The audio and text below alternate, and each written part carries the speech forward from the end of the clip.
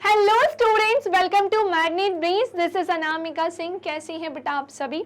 मैं आशा करती हूँ कि आप सभी बहुत अच्छे होंगे एंड हाजिर हो चुके होंगे आज के इस प्यारे सेशन में, आज के इस प्यारी वीडियो में, जहाँ मैं लेकर आई हूँ आज आप सभी के लिए क्लास 9 का एक बहुत ही प्यारा सा चैप्टर। और एग्जाम टाइम में हम तो चाहते ही हैं कि हम एक सिंगल वीडियो ऐसी मिल जाए जहाँ पर हम पूरे ही चैप्टर्स को अच्छे से पढ़ सकें, मतलब पूरे एक चैप्टर को हम एक सिंगल वीडियो में पढ़ सकें। तो बस इसीलिए मैंने आज एक बहुत ही प्यारा सा सेशन आपके लिए प्लान किया है। आज हम कंप्लीट चैप्टर रिवीजन बेटा डिस्कस करने वाले हैं। तो चलिए शुरुआत करें आज के सेशन की। चैप्टर का नाम है कार्य तथा ऊर्जा, क्लास 9 का फिजिक्स का काफी ज्यादा महत्वपूर्ण चैप्टर है। और इसे शुरू करने के पहले थोड़ी सी जानकारी मैं आप सभी को देना चाहती हूँ। बहुत ध्यान से सुनिएगा बेटा, यदि आप क्लास 6 से लेकर 12th में किसी भी क्लास में है, magnet brains Hindi medium channel पर आप अपने सब्जेक्ट की क्लासेस अटेंड कर सकते हैं। किसी भी क्लास को देखने के लिए आपको कोई कोर्स बिल्कुल भी परचेस नहीं करना है और ना ही किसी भी तरह की कोई पेमेंट करनी है, क्योंकि मैग्नेट ब्रेन्स प्रोवाइड कराता है क्वालिटी एजुकेशन, वो भी बिल्कुल फ्री ऑफ कॉस्ट। इसी के साथ मैं आपको बताना चाहती हूँ कि हम 5 स्टेट बोर्ड कवर करते हैं, जैसे UP board, Bihar board, MP board, Rajasthan board, Delhi board and जितनी भी चीज़ें बेटा हम कवर करते हैं ना, वो सब होती है अरेंज फॉर्मेट में, जहाँ बेसिक से लेकर एडवांस लेवल हम आपका लेकर चलते हैं और आपके सारे डाउट्स करते हैं सॉल्व। ओके, ये जानकारी आप सबको देनी थी। और आप सब अगर ये जानना चाहते हैं कि मैम आप हमें जो पढ़ा रहे हो इन सब के नोट्स कहाँ से मिलेंगे, नोट्स की लिंक बेटा आपको नीचे मिल जाएगी डिस्क्रिप्शन बॉक्स में। वहाँ से आप ई नोट्स और ई बुक दोनों ही चीज़ें अच्छे से डाउनलोड कर सकते हैं। तो चलिए शुरुआत करते हैं आज की इस कहानी की, जहाँ मैं आप सभी के लिए लेकर आई हूँ इस चैप्टर का कंप्लीट चैप्टर रिविजन। बेटा बड़ा ही प्यारा सा, अच्छा सा, सुंदर सा चैप्टर है ये। आपको एक्चुअली में आज पता चलेगा, जिस काम को आप काम समझते हो अपनी नॉर्मल लाइफ में और चिल्ला चिल्ला के सबको बोलते हो कि भाई आज मैंने ढेर सारा काम किया है, कई सारे ऐसे काम है जो एक्चुअली में काम की कैटेगरी में काउंट ही नहीं हुए हैं। ऐसा क्यों हुआ है, चलो इस पे हम चर्चा करते हैं कि काम होता क्या है, फिजिक्स की भाषा में या भौतिक विज्ञान में काम किसे कहा गया है। ध्यान से सुनेंगे बेटा। परिचय में आपको पहले तो करवा देती हूँ कार्य को लेकर। कठोर काम करने के बावजूद कुछ अधिक कार्य नहीं है। पहले ये है कि इस पे हम चर्चा करेंगे कि कठोर काम करने के बावजूद कुछ अधिक कार्य नहीं है। मतलब कई बार ऐसा होता है कि हमारा किसी काम को करने में बहुत ज़्यादा एफर्ट्स लगते हैं, बहुत ज़्यादा मेहनत लगती है, लेकिन फिजिक्स ने उसे काम ही नहीं माना है। उस पर हम एक चर्चा करेंगे। देन कार्य की वैज्ञानिक संकल्पना हम जानेंगे। एक नियत बल द्वारा किया गया कार्य, अगर किसी भी वस्तु पर कोई बल लगाया जाता है तो उसके द्वारा किए गए कार्य को भी हम यहाँ डिस्कस करेंगे। साथ ही साथ में आपको क्या पढ़ाऊंगे बेटा, एनर्जी के बारे में, यानी कि मैं आपको किसके बारे में बताऊंगी, ऊर्जा के बारे में। और ऊर्जा के क्या होते हैं रूप, जहाँ पर मैं आपको गतिज ऊर्जा यानी काइनेटिक एनर्जी और स्थितिज ऊर्जा यानी कि पोटेंशियल एनर्जी के बारे में बताऊंगी। समझे कि नहीं समझे? तो ये थी कहानी कार्य और ऊर्जा को लेकर जो मैंने आप सभी को बताई है।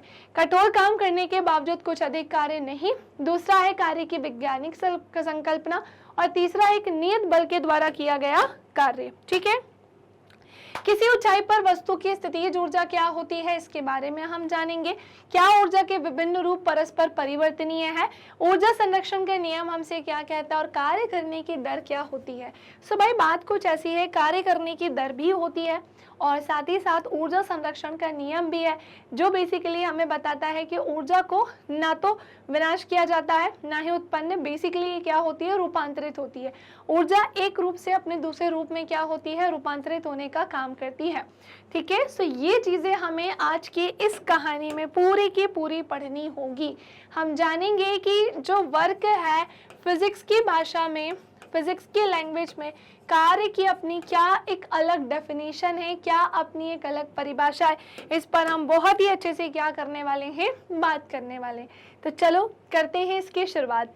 कार्य में भौतिक क्रिया है। फर्स्ट ऑफ ऑल ये क्या है, ये है एक भौतिक क्रिया है बेटा, है ना। इसे हम फिजिकल प्रोसेस भी बोल सकते हैं, जिसमें किसी वस्तु पर बल लगाकर उसे बल की दिशा में क्या किया जाता है, विस्थापित किया जाता है। सिंपली मैं आपको बताऊं तो होता यह है, फिजिक्स की भाषा में वर्क यानी कि कार्य किसे कहा गया है, फिजिक्स की भाषा में वर्क यानी कार्य कहा गया है उन सभी चीजों को जहां पर किसी भी ऑब्जेक्ट, है ना, जहां पर किसी भी ऑब्जेक्ट या फिर बेटा किसी भी वस्तु, किसी भी ऑब्जेक्ट या फिर बेटा किसी भी वस्तु पर जब भी क्या लगाया जाता है, सो किसी भी वस्तु पर जब भी कोई बल यानी कि क्या लगाया जाता है, फोर्स, है ना, बल यानी कि क्या लगाया जाता है, फोर्स, तो वह अपने स्थान से क्या हो जाती है, तो वह अपने स्थान से डिस्प्लेस्ड हो जाती है, यानी कि विस्थापित हो जाती है। क्या कहा मैंने आप सभी से कि वह अपने स्थान से क्या हो जाती है, विस्थापित। फिजिक्स की भाषा में इसी को ही बेटा हम क्या बोलते हैं, कार्य बोलते हैं। अब जनरली क्या होता है, मान लेते हैं कि हम मॉर्निंग में सुबह सोकर उठे, है ना, मैं कुछ एग्जांपल्स देती हूँ। हम मॉर्निंग में सुबह सोकर उठे, ठीक है। अब हम सुबह सोकर उठ के हमने ब्रेकफास्ट किया, हमने जो है पढ़ाई की, मान लेते हैं कि आपने 5 घंटे पढ़ाई की, आपने 2 घंटे पढ़ाई करी, 3 घंटे पढ़ाई करी, फिजिक्स ने इसे काम माना ही नहीं है। भौतिक विज्ञान के अकॉर्डिंग ये काम नहीं है। फिजिक्स में काम कब होता है, जब उस पर कोई फोर्स लगाए और फोर्स लगाने पर वो क्या हो जाए, विस्थापित हो जाए। चलो मैं एक काम करती हूँ, इसे कुछ एग्जाम्पल से समझाती हूँ। मान लेते हैं कि हमारे सामने यहाँ पर क्या रखी है, एक टेबल रखी है ना, मान लेते हैं कि ये टेबल है। थोड़ी सी अजीब नहीं होगी ये टेबल, चलो समझो, मैं बताती हूँ कि हमारे सामने यहाँ पर ये क्या रखी है, टेबल रखी है ना, ये क्या रखी है, टेबल रखी है, ये क्या रखी है, टेबल रखी है। और इस टेबल के बारे में अगर हम बात करते हैं, सो इसके 4 क्या होते हैं भैया, पहिए होते हैं, पहिए कह रहे हैं भाई, चलो भाई मान लो इसके 4 वो स्टैंड नहीं बन पा रहे, प्रॉपर टेबल नहीं बन पा रही है, मेरी भावनाओं को बस समझ जाओ। तो इसके ऊपर मैंने एक लकड़ी का क्या रखा है, बॉक्स रखा है, ठीक है। अब मैं अगर आपसे बोलूं कि भाई ये वस्तु यहाँ पर, ये जो बॉक्स है ना, ये सुबह से रखा और ये कुछ काम कर रहा है, फिजिक्स की भाषा में ये काम नहीं होगा। फिर मैम काम क्या होगा, तो जब भी इस पर क्या लगाया जाएगा, कोई फोर्स यानी कि क्या लगाया जाएगा, कोई बल लगाया जाएगा। क्लियर, जब भी इस पर क्या लगाया जाएगा, फोर्स यानी कि बल, और बल लगाने के बाद वो क्या होता है, अपने स्थान से विस्थापित तो होता है। क्या कहा मैंने, डिस्प्लेस्ड होता है, यानी कि क्या होता है, विस्थापित तो होता है। इसी को हम क्या बोलते हैं, तो यही क्या कहलाता है भाई, वर्क यानी कि कार्य कहलाता है, ठीक है। अब जैसे मेरे पास कोई ट्रॉली है, ठीक है, मैंने उसको क्या किया, एक प्लेस से दूसरे प्लेस पर ले जाने के लिए मैंने उसे एक बल लगाया, तो वो एक प्लेस से मेरे साथ दूसरे प्लेस पर विस्थापित हुई, तो मेरे द्वारा कार्य किया गया है। लेकिन फिर मैम कार्य जो हमेशा किया जाता है, क्या ये पॉजिटिव ही रहता है, नेगेटिव भी होता है, या फिर शून्य यानी कि 0 भी होता है? क्योंकि मैंने बेसिक के लिए आपको ये कहानी तो बता दी, लेकिन दिमाग में भी तो क्वेश्चन आना चाहिए कि ठीक है मैम, हमें समझ में आ गया कि काम के लिए 2 चीजें तो मायने रखाती हैं, है ना, और वर्क को हम पता है कैपिटल W से डिनोट करते हैं। सुन लो ध्यान से, किए गए कार्य को हम W से डिनोट करते हैं, और इसका फॉर्मूला क्या होता है, सो ये F × S होता है। अरे भाई मैम ये क्या आ गया, सो F, पहली बात तो W बोले तो यहाँ पर क्या है, सो इसका मतलब हो जाएगा वर्क यानी कि कार्य से, ठीक है, और वहीं पर F बोले तो यहाँ पर इसका मतलब किससे हो जाएगा, फोर्स यानी कि बल से हो जाएगा, और S यहाँ पर क्या हो जाएगा, विस्थापन उसका हो जाएगा, क्योंकि वस्तु डिस्प्लेस्ड तो होगी ही होगी, वस्तु का विस्थापन तो होगा ही होगा। समझे कि नहीं? चलो, तो ये कहानी हमने जान ली कि ऐसा कुछ इसका होता है। अभी और भी जानेंगे, पर एक पॉइंट निकल के आता है कि मैम हमें ये भी बताइए कि ये जो वर्क यानी कि कार्य है, हमें ये भी बताइए कि ये जो वर्क यानी कि कार्य है ये कैसा होता है। किया गया कार्य जो है यह हमेशा पॉजिटिव ही होता है, या फिर मैम ये नेगेटिव भी होता है, या फिर मैम ये शून्य यानी कि 0 भी होता है। सो मैम हमें बताइए कि किया गया कार्य क्या होता है। सुनो, ये पॉजिटिव भी है, नेगेटिव भी होता है एंड 0 भी होता है। कोई व्यक्ति अगर 0 काम कर रहा है तो हाँ हम बोल सकते हैं एक्चुअली में वो काम की कैटेगरी में काउंट ही नहीं हो रहा, क्योंकि काम तो शून्य है।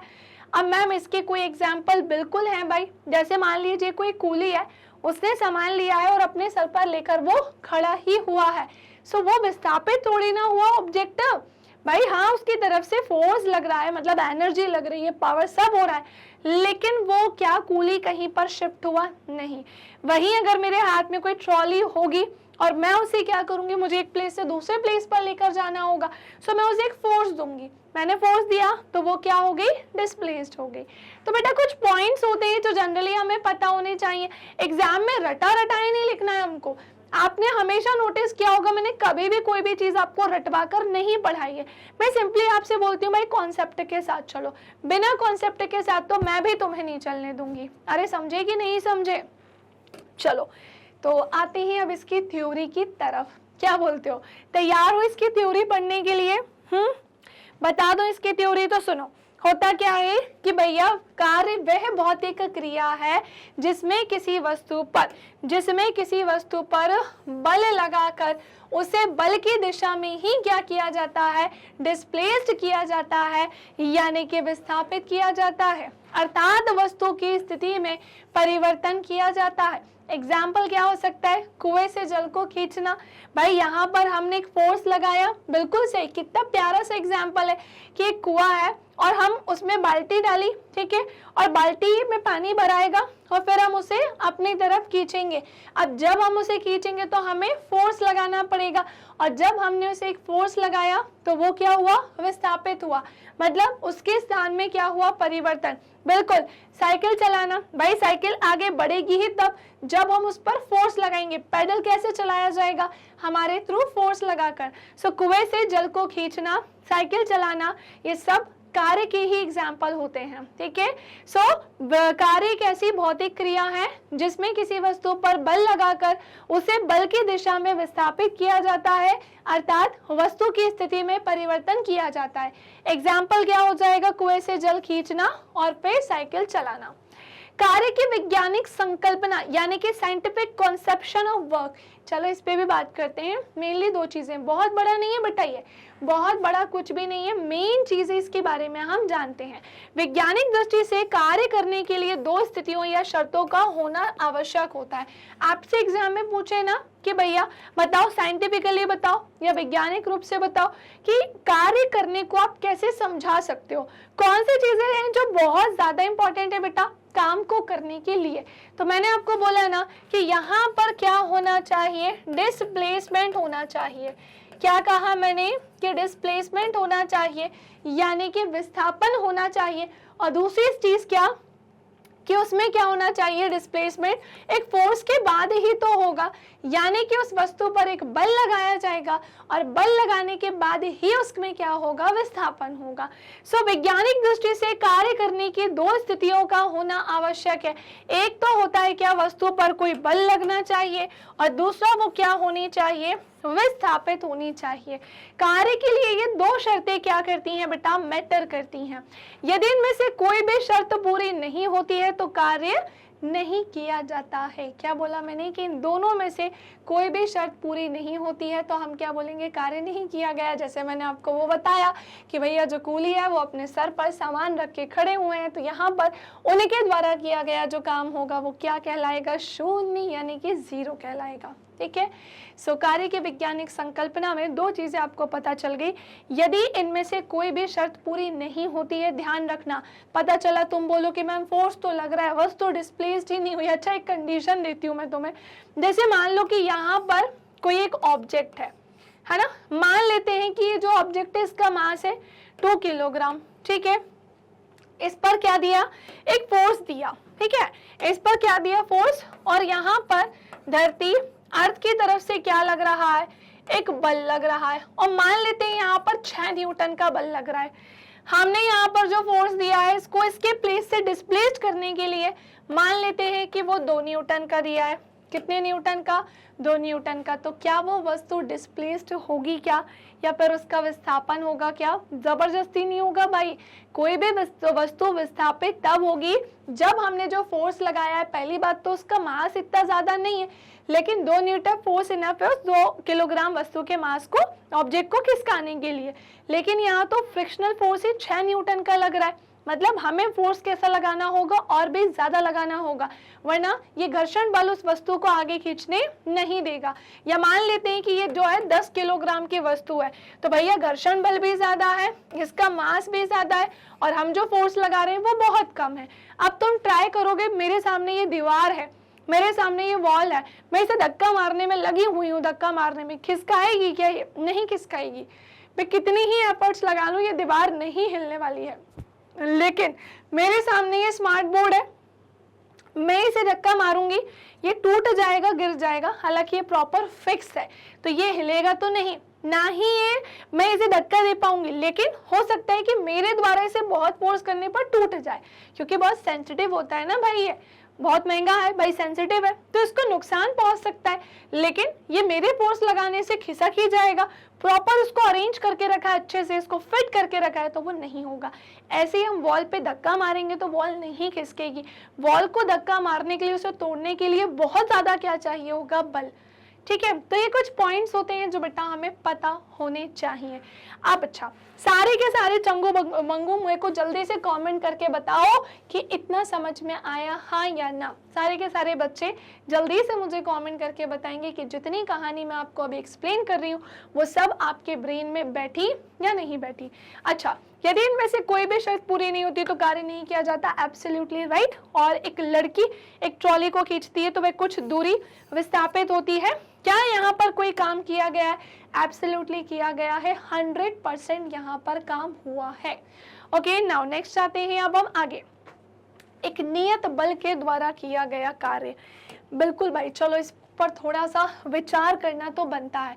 किसी नियत बल के द्वारा वस्तु पर किया गया कार्य बल तथा वस्तु द्वारा बल की दिशा में तय दूरी का क्या होता है? गुणनफल होता है। मतलब कि वर्क का फॉर्मूला होता है, क्या होता है भैया? सो इसका फॉर्मूला होता है F × S। क्या होता है इसका फॉर्मूला? F × S होता है। माना बिंदु A पर एक वस्तु पर नियत F बल कार्यरत है, जिसके कारण वस्तु बल की दिशा में S दूरी विस्थापित होती है। अच्छा, ऐसा है क्या कि एक बिंदु पर माना बिंदु A पर एक वस्तु पर नियत F बल जो है वो कार्यरत है, जिसके कारण वस्तु बल की दिशा में S दूरी विस्थापित होती है, तथा बिंदु B पर पहुंच जाती है ना? इस पॉइंट पर थी, हमने फोर्स दिया, ये यहाँ पर पहुंच गई, तो बल के द्वारा वस्तु पर किया गया कार्य बल और विस्थापन के गुणनफल के क्या होगा? बराबर। यानी कि जब मैंने इस ऑब्जेक्ट को यहाँ पर एक फोर्स दिया और ये यहाँ से यहाँ पर विस्थापित हुई, तो यहाँ पर जो किया गया कार्य है ना, वो किसके गुणनफल के बराबर है? हमने जो फोर्स लगाया वो, और जो वस्तु विस्थापित हुई वो, इन दोनों के गुणनफल के क्या हो जाएगा बेटा? बराबर हो जाएगा। इन दोनों के गुणनफल के ये क्या होगा? बराबर होगा। समझे कि नहीं समझे? ठीक है भाई, तो फॉर्मूला आपके सामने ही, किया गया कार्य बराबर होगा बल तथा बल की दिशा में विस्थापन के। यहाँ बल की दिशा भी मैटर करती है, अभी मैं आपको सब बताऊंगी। कार्य का पॉजिटिव नेगेटिव शून्य कैसे कैसे हो सकता है, ये फॉर्मूला मत भूलना। और हाँ, लिख लेना भले, वैसे तो यहाँ पर खुद ही लिखा है, तो मुझे नहीं लगता कि तुम्हें लिखने की जरूरत पड़नी चाहिए, तो मुझे नहीं लगता कि तुम्हें अलग से लिखने की जरूरत पड़नी चाहिए, सब कुछ तो सामने है ही। ठीक है, चलिए नेक्स्ट आते हैं। उसके बाद बल का SI मात्रक क्या होता है? SI unit of work.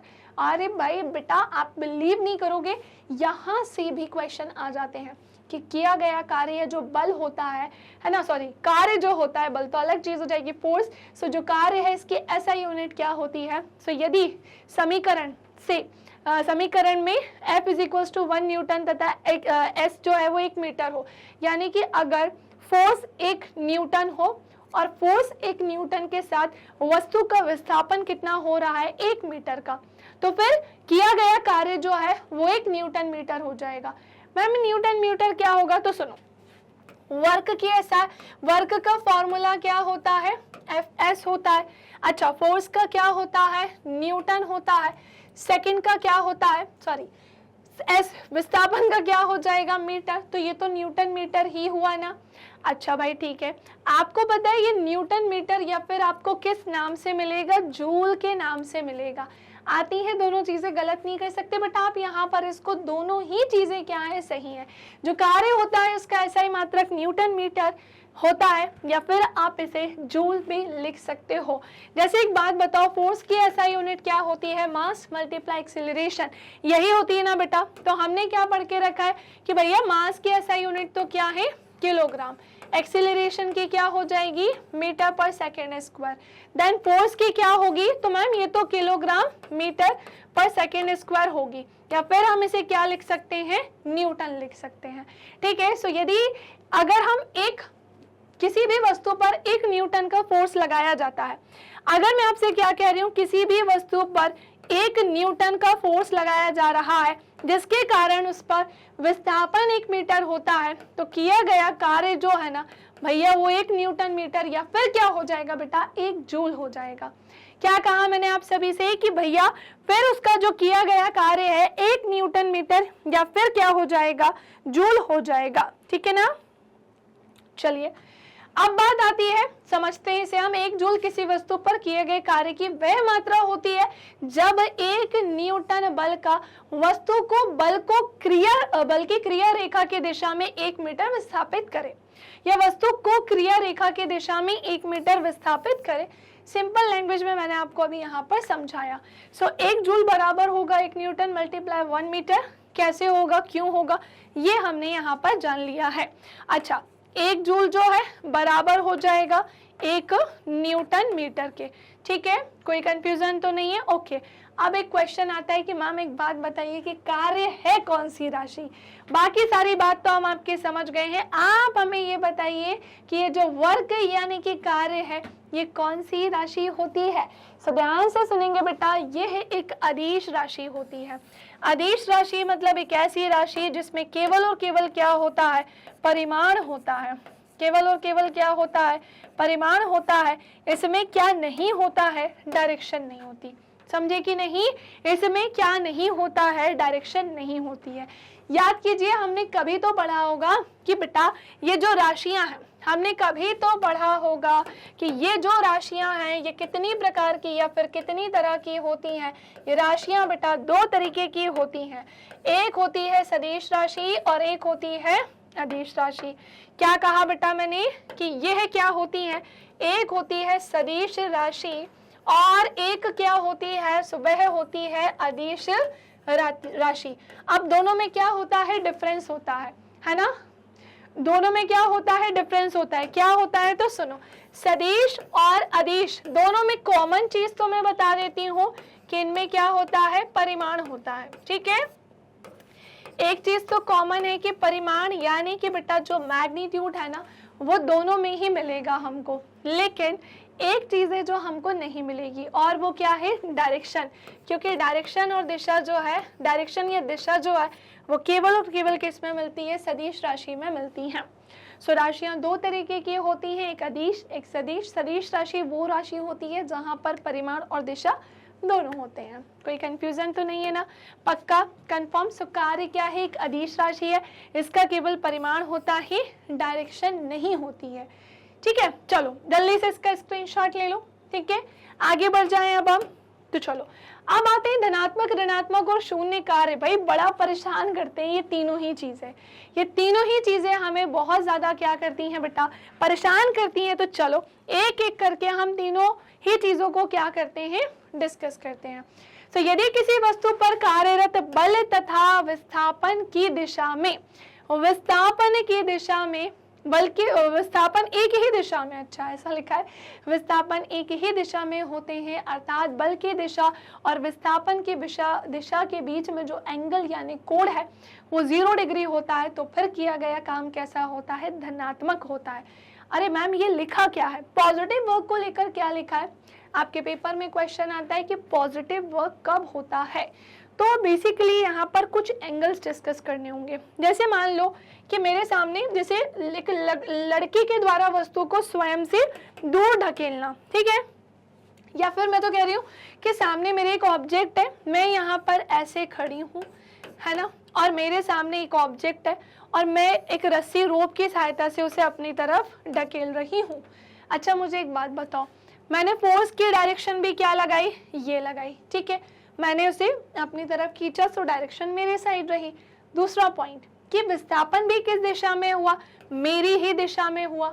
तो भैया अगर हम जानेंगे ये चीज कि डायरेक्शन की दिशा भी वही है ना, अगर हम जानेंगे कि भाई डायरेक्शन भी इसी दिशा में मतलब डायरेक्शन क्या है, डिस्प्लेसमेंट भी इसी दिशा में हो रही है और साथ ही साथ यहाँ पर फोर्स भी इसी दिशा में लगा, फोर्स भी ऐसे लगा, विस्थापन भी ऐसे हुआ, तो फिर मैम एक बात बताइए कि काम कैसे निकलेगा।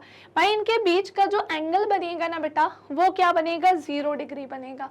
और अगर 0 डिग्री बनेगा तो इनके द्वारा किया गया कार्य कैसा हो जाएगा, पॉजिटिव हो जाएगा। ठीक है, तो ये आप अपने एग्जाम में एग्जाम्पल लिख सकते हो कि किया गया कार्य कब पॉजिटिव या फिर धनात्मक हो सकता है, तो वो मैंने आपको बताया। सो यदि किसी वस्तु पर कार्यरत बल तथा विस्थापन एक ही डायरेक्शन या फिर किस में होते हैं, एक ही दिशा में होते हैं, तो फिर इनके द्वारा किया गया कार्य कैसा होता है, धनात्मक होता है। ठीक है, कैसा होता है, धनात्मक। हाँ, फॉर्मूला तो सेम ही रहेगा, एंगल्स का ध्यान रखना कि एंगल 0 डिग्री ही रहेगा। ठीक है, एंगल क्या रहेगा, 0 डिग्री ही रहेगा। फिर मैम एक बात बताइए कि भाई काम नेगेटिव कैसे हो सकता है। भाई हो सकता है किया गया कार्य बेटा ऋणात्मक भी हो सकता है, लेकिन मैम काम ऋणात्मक कैसे मानेंगे, है ना। तो सुनो, यदि बल और विस्थापन विपरीत दिशा में होते हैं, यानी कि जो फोर्स लग रहा है और जो डिस्प्लेसमेंट हो रहा है दोनों ऑपोजिट डायरेक्शन में, अगर मैं फोर्स लगा रही हूं इधर और विस्थापन हो रहा है कहीं और, तो फिर वो मैं क्या बोलूंगी कि भाई यहाँ पर किया गया कार्य कैसा होगा, ऋणात्मक होगा। तो बल और विस्थापन अगर दोनों ही कैसे होते हैं, फोर्स एंड डिस्प्लेसमेंट दोनों ही बेटा अगर ऑपोजिट डायरेक्शन में होते हैं, किस में, ऑपोजिट डायरेक्शन में होते हैं ना बेटा, तो फिर हम क्या कहेंगे, किया गया कार्य कैसा होता है, ऋणात्मक होता है। इनके बीच का एंगल 180 होता है। जैसे मान लो कि मैंने आपसे क्या बोला कि मैं यहाँ पर मैंने किसी वस्तु पर क्या लगाया, फोर्स लगाया। ठीक है, अगर मैंने किसी वस्तु पर फोर्स लगा रही हूँ, ठीक है, अगर फोर्स लगा रहे हैं और उसका विस्थापन जो है वो इस दिशा में हो रहा है ना, तो इनके बीच का जो एंगल है वो कितना हो जाएगा, 180 डिग्री हो जाएगा। फोर्स की डायरेक्शन और डिस्प्लेसमेंट की डायरेक्शन दोनों ही ऑपोजिट है, तो फिर क्या होगा, किया गया कार्य ऋणात्मक हो जाएगा। तो यदि बल और विस्थापन विपरीत दिशा में होते हैं, अर्थात बल की दिशा और विस्थापन के बीच का जो एंगल है वो 180 डिग्री होता है, तो फिर किया गया कार्य कैसा हो जाएगा, ऋणात्मक हो जाएगा। ठीक है, अच्छा इसमें क्या आ सकता है, भाई अर्थ भी तो एक फोर्स लगाती है जिसे हम क्या बोलते हैं, फ्रिक्शनल फोर्स बोलते हैं। क्या बोलते हैं, तो इसे हम फ्रिक्शनल फोर्स बोलते हैं बेटा। कौन सा फोर्स हो जाता है, ये हमारा घर्षण बल हो जाता है। घर्षण बल पता है कब लगता है, जब मान लेते हैं कि हम किसी ऑब्जेक्ट को अपने साइड खींच रहे हैं लेकिन अर्थ ज्यादा फोर्स लगा रही है, हम उस ऑब्जेक्ट को खींच ही नहीं पाएंगे। सो ऐसे ही बल को हम क्या बोलते हैं, घर्षण बल बोलते हैं। सो उदाहरण के लिए घर्षण बल विस्थापन की दिशा के विपरीत दिशा में कार्य करता है। हम जो विस्थापन चाह रहे हैं वैसा ना करके वो उल्टा ही काम करेगा। सो ऐसी स्थिति में इनके बीच का जो एंगल बनेगा वो कितना बनेगा बेटा, 180 डिग्री बनेगा। कितना बनेगा, फिर ये बनेगा 180 डिग्री। तो बेटा क्या होता है ना, जो फ्रिक्शनल फोर्स होता है यानी कि जो घर्षण बल होता है वो कैसे लगता है, अर्थ की साइड से लगता है, पृथ्वी की तरफ से लगता है। चलो सो फटाफट से इसका स्क्रीनशॉट ले लो। घर्षण बल विस्थापन की दिशा के विपरीत दिशा में कार्य करता है, अतः घर्षण बल द्वारा किया गया कार्य कैसा होता है बेटा, नेगेटिव यानी कि ऋणात्मक होगा। यदि बल तथा विस्थापन कैसे होते हैं बेटा, लंबवत होते हैं। क्या होते हैं, बल और विस्थापन लंबवत होते हैं, अर्थात बल की दिशा और विस्थापन की दिशा के बीच में अगर एंगल कैसा बन रहा है, 90 डिग्री बन रहा है, तो फिर क्या होगा, तो फिर होगा ये कि किया गया कार्य शून्य होगा। अच्छा एक बात बताओ, जैसे मैंने वो कूली वाला एग्जांपल लिया था, यदि कोई कूली सिर पर बोझ उठाकर प्लेटफॉर्म पर चलता है तो इसके द्वारा किया गया कार्य क्या होगा, शून्य होगा, क्योंकि बल ऊर्ध्वाधर नीचे की ओर कार्यरत होता है तथा विस्थापन क्षैतिज दिशा के अंदिशे होता है। अगर वो चल भी रहा है तो भी कोई दिक्कत नहीं है, ठीक है ना। अतः बल और विस्थापन एक दूसरे के लंबवत है ना, समझ रहे हो कि नहीं। अगर बल और विस्थापन एक दूसरे के लंबवत है और फिर इनके बीच का जो एंगल है वो 90 डिग्री है, तो समझ जाओ कि किया गया कार्य क्या हो जाएगा, किया गया कार्य शून्य यानी कि 0 होगा। ठीक है, चलो सो कार्य को लेकर सारे इंपॉर्टेंट फैक्टर्स मैंने आप सभी से क्लियर कर दिए हैं। कार्य को लेकर सारे इंपॉर्टेंट पॉइंट मैंने आपको बता दिए हैं। चलो सारे के सारे बच्चों जल्दी से कमेंट करके बताओ, कार्य का कॉन्सेप्ट क्लियर हो गया, ये कब पॉजिटिव होता है, कब नेगेटिव होता है, कब शून्य यानी कि 0 होता है, यहाँ कुछ बैठा कि नहीं बैठा, चलो बैठ गया होगा। नाउ नेक्स्ट आते हैं अब हम एनर्जी यानी कि ऊर्जा की तरफ। सो होता ये है भाई, किसी वस्तु द्वारा कार्य करने की क्षमता उसकी क्या कहलाती है, ऊर्जा यानी कि एनर्जी कहलाती है। यदि कोई वस्तु कार्य करती है तो उसमें ऊर्जा की क्या होती है, हानि होती है। मैम ये ऊर्जा कहाँ से आ गया, तो भैया किसी वस्तु के द्वारा जब भी काम को किया जाता है, आप खुद से ही नोटिस करो ना, हम जब सुबह सोकर उठते हैं तब से लेकर रात में सोने के पहले तक न जाने कितने सारे काम करते हैं कि नहीं करते, बिल्कुल करते हैं। अब आप सोचो, आप जब सुबह उठते हो भैया, फ्रेश होते हो, नहाते हो, ब्रेकफास्ट करते हो, ब्रश भी किया था पहले हमने, फिर हमने ब्रेकफास्ट भी किया, फिर उसके बाद हम भागे भागे स्कूल गए, स्कूल की सारी क्लासेस अटेंड करी, सारी क्लासेस के बाद हम फिर घर आए, फिर घर पे आने के बाद खाया पिया, फिर हमने ऑनलाइन क्लासेस अटेंड किया, आप सबने मेरी क्लासेस देखी। देन आप लोगों की कोई अदर क्लासेस भी होती हैं, किसी को स्पोर्ट्स क्लास, किसी को डांस क्लास, किसी को सिंगिंग क्लास, सबके अपने अलग अलग शौक होते हैं। तो ये सारी चीज़ें करने के बाद रात में वापस से घर पहुँचे, खाना खाया, सोने की तरफ गए। अब मुझे एक बात बताओ, बिना एनर्जी के इतना कर पा रहे हो क्या, नहीं। हम अपने दिन भर के जितने भी वर्क होते हैं ना बेटा, हमारे दिन भर के जितने भी वर्क यानी कि क्या होते हैं, कार्य, दिन भर के जितने भी वर्क यानी कि कार्य होते हैं, उसे करने के लिए हमें क्या चाहिए होती है, सो हमें चाहिए होती है एनर्जी। और ये एनर्जी हमें कैसे मिलती है, खाने पीने से मिलती है। अब आप सोच रहे होंगे मैम आप तो हमें फिजिक्स पढ़ा रहे थे, बायो में कहाँ से चले गए। मैं आपको समझा रही हूँ कि जब दिन भर के सारे काम करने के लिए हमें एनर्जी चाहिए, तो वैसे ही फिजिक्स में भी कई सारी चीज़ें ऐसी हैं, कई सारी ऐसी चीज़ें हैं जिन्हें काम करने के लिए एनर्जी चाहिए। तो अब वो एनर्जी कैसे मिलेगी भाई, एक बात बताओ, अब जैसे कोई गाड़ी है, ठीक है ना, तुम्हारे घर में 2 व्हीलर 4 व्हीलर कुछ तो होगा ही, है ना, तो तुमने नोटिस किया होगा भाई बिना पेट्रोल के नहीं चलती, वो बिना पेट्रोल के नहीं चलती। तुम सोचो कि आज मैं गाड़ी में पानी की जगह, पेट्रोल की जगह पानी भर देता हूँ, मेरी गाड़ी अच्छे से चलने लगेगी, नहीं चलेगी, क्योंकि उसे चलने के लिए उसे क्या चाहिए होगी, एनर्जी। और उसे एनर्जी कैसे मिलेगी भाई, सो उसको एनर्जी मिल रही है किससे, पेट्रोल से, ठीक है। तो ऐसे ही हमारे शरीर में हमें एनर्जी कैसे मिलती है, फूड को खाने पीने से। और जब हम खाने को खाएंगे पिएंगे, जब हम खाने को खाएंगे पिएंगे, सो उससे हमारे बॉडी में क्या होती है, एनर्जी पहुंचती है। क्लियर, उससे हमारे बॉडी में क्या पहुंचती है, एनर्जी पहुंचती है। और जब हमारे बॉडी में एनर्जी पहुंचती है तो फिर हम अपने काम अच्छे से कर पाते हैं। अच्छा एक बात बताओ, जब हम बीमार होते हैं, जनरली ऐसा होता है ना कि जब हम बीमार होते हैं स्कूल नहीं जा पाते, ताकत ही नहीं है भाई, स्कूल कैसे जाएंगे, तो मम्मा क्या बोलती हैं हमारी कि बेटा आज एक काम करो, मत जाओ, है ना, एक दिन स्कूल नहीं जाओ, अपने हेल्थ को देखो, जनरली यही होता है। तो अब भाई ताकत तो नहीं थी, क्योंकि हम बीमार हो गए थे, तो हमारे शरीर की एनर्जी खत्म हो गई थी। फिर उसको बनाए रखने के लिए हमें क्या करना पड़ा, अपने शरीर में खाने पीने को पहुंचाना पड़ा, फूड पहुंचाना पड़ा, जिससे हमें क्या मिली, एनर्जी मिली।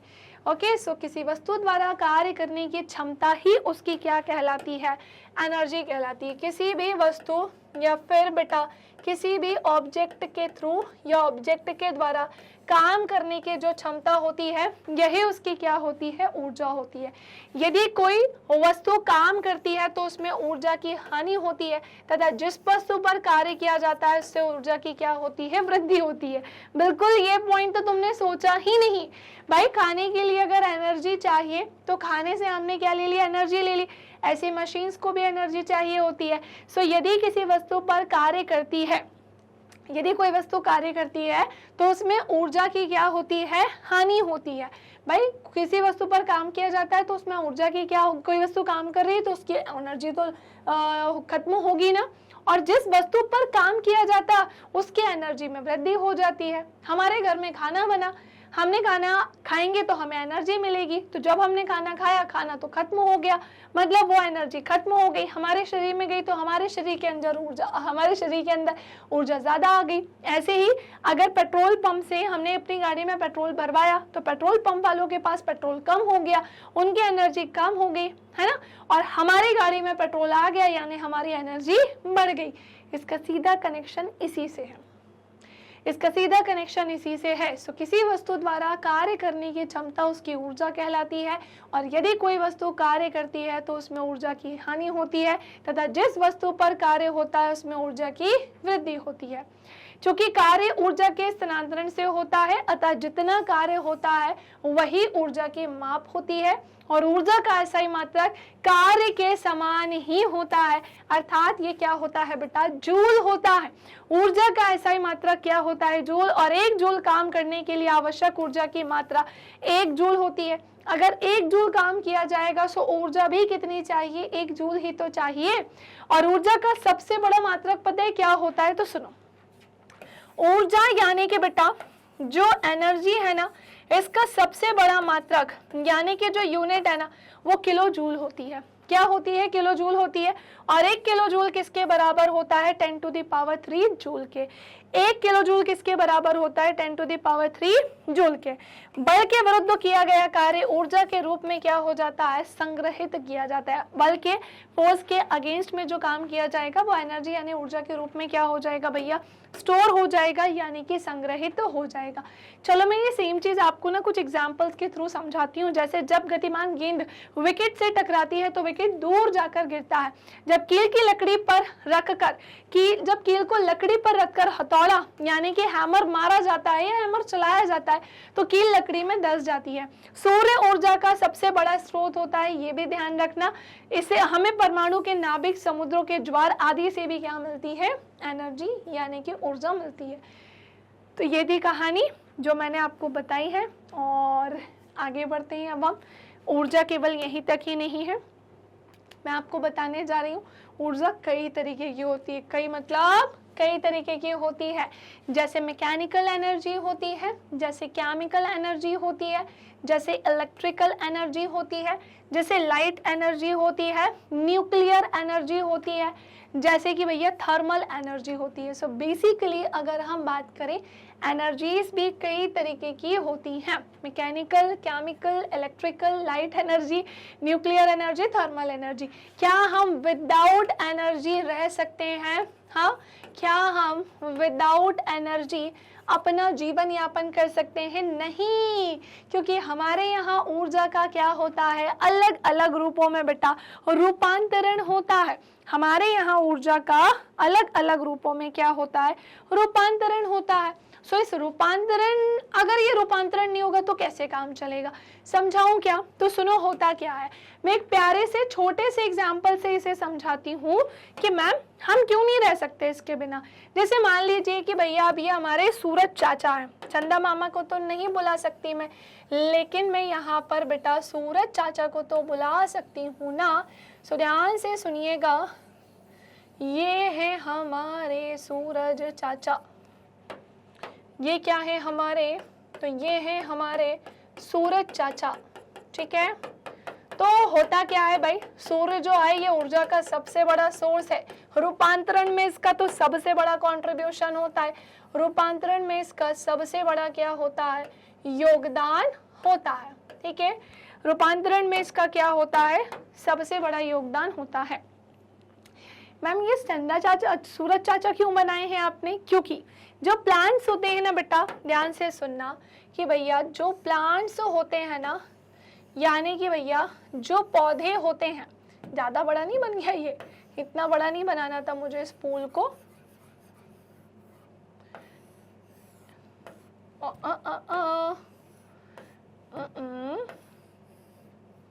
ठीक है, तो जो प्लांट्स यानी कि बेटा जो फूल होते हैं ना, यानी कि जो पौधे होते हैं ना, जैसे ये मैंने इसको यहाँ पर पूरा बनाया। एंड भाई देखो, कोई भी चीज़ बनाओ तो सुंदर बनाओ, लग के बनाओ, अच्छे से बनाओ, है ना, मजाक में नहीं बनाना है किसी भी चीज़ को। तो हमने क्या किया, यहाँ पर चक्री कर ली, यानी कि सर्कल बना दिया, ठीक है। एंड ये यहाँ पे गया, ये यहाँ गया, और ये यहाँ पर गया, ठीक है। चलो नाउ अब होता क्या है, तो सुनो सुनो सुनो सुनो, इस प्लांट को खाना कैसे बनाना होता है बेटा। ये पौधे तो कैसे होते हैं, ऑटोट्रॉप्स होते हैं, यानी कि कैसे होते हैं भैया, स्वपोषी होते हैं। ऑटोट्रॉप्स यानी कि कैसे होते हैं, स्वपोषी होते हैं। किसकी हेल्प से खाना बनाते हैं, खाना तो स्वयं बनाते हैं लेकिन इन्हें कुछ चीज़ों की सहायता चाहिए होती है। जैसे इन्हें क्या चाहिए होता है, सनलाइट चाहिए होता है, ठीक है, इन्हें क्या चाहिए होता है, सनलाइट चाहिए होता है, जिसे हम क्या बोलते हैं, सूर्य का प्रकाश बोलते हैं, ठीक है, क्या बोलते हैं, सूर्य का प्रकाश। अब ये जो सनलाइट है ना, ये जो सूर्य का प्रकाश है, ये पौधे को मिलता है। अब ये पौधे बनाते हैं खाना, और खाना बना के ये जो एनर्जी लेते हैं उसको केमिकल एनर्जी में कन्वर्ट कर देते हैं। इसके लिए मुझे इतनी पूरी रामायण लिखनी पड़ी, यहाँ पर इतना कुछ बताना पड़ा, कहानी बतानी पड़ गई कि भैया इसने जो सूर्य की लाइट थी, मतलब ये लाइट एनर्जी है ना बेटा, जो यहाँ पर जो बेसिकली लाइट एनर्जी है, यानी कि यहाँ पर जो सूर्य की ऊर्जा है, लाइट एनर्जी बोले तो जो सूर्य की ऊर्जा है उसे किस में कन्वर्ट कर दिया गया है, सो लाइट एनर्जी को कन्वर्ट किया गया है किस में, केमिकल एनर्जी में, यानी कि रासायनिक ऊर्जा में। किस में कन्वर्ट किया है, रासायनिक ऊर्जा में इसे किया गया है कन्वर्ट, ठीक है। सो जल्दी से सारे बच्चे लिख लें कि हाँ, मतलब लिख लो, ये चीज बना लेना कि ऊर्जा का रूपांतरण होता है और बिना एनर्जी रूपांतरित हुए हमारा जीवन भी संभव नहीं है, बिना इसके नहीं रह सकते, एनर्जी का रूपांतरण होगा।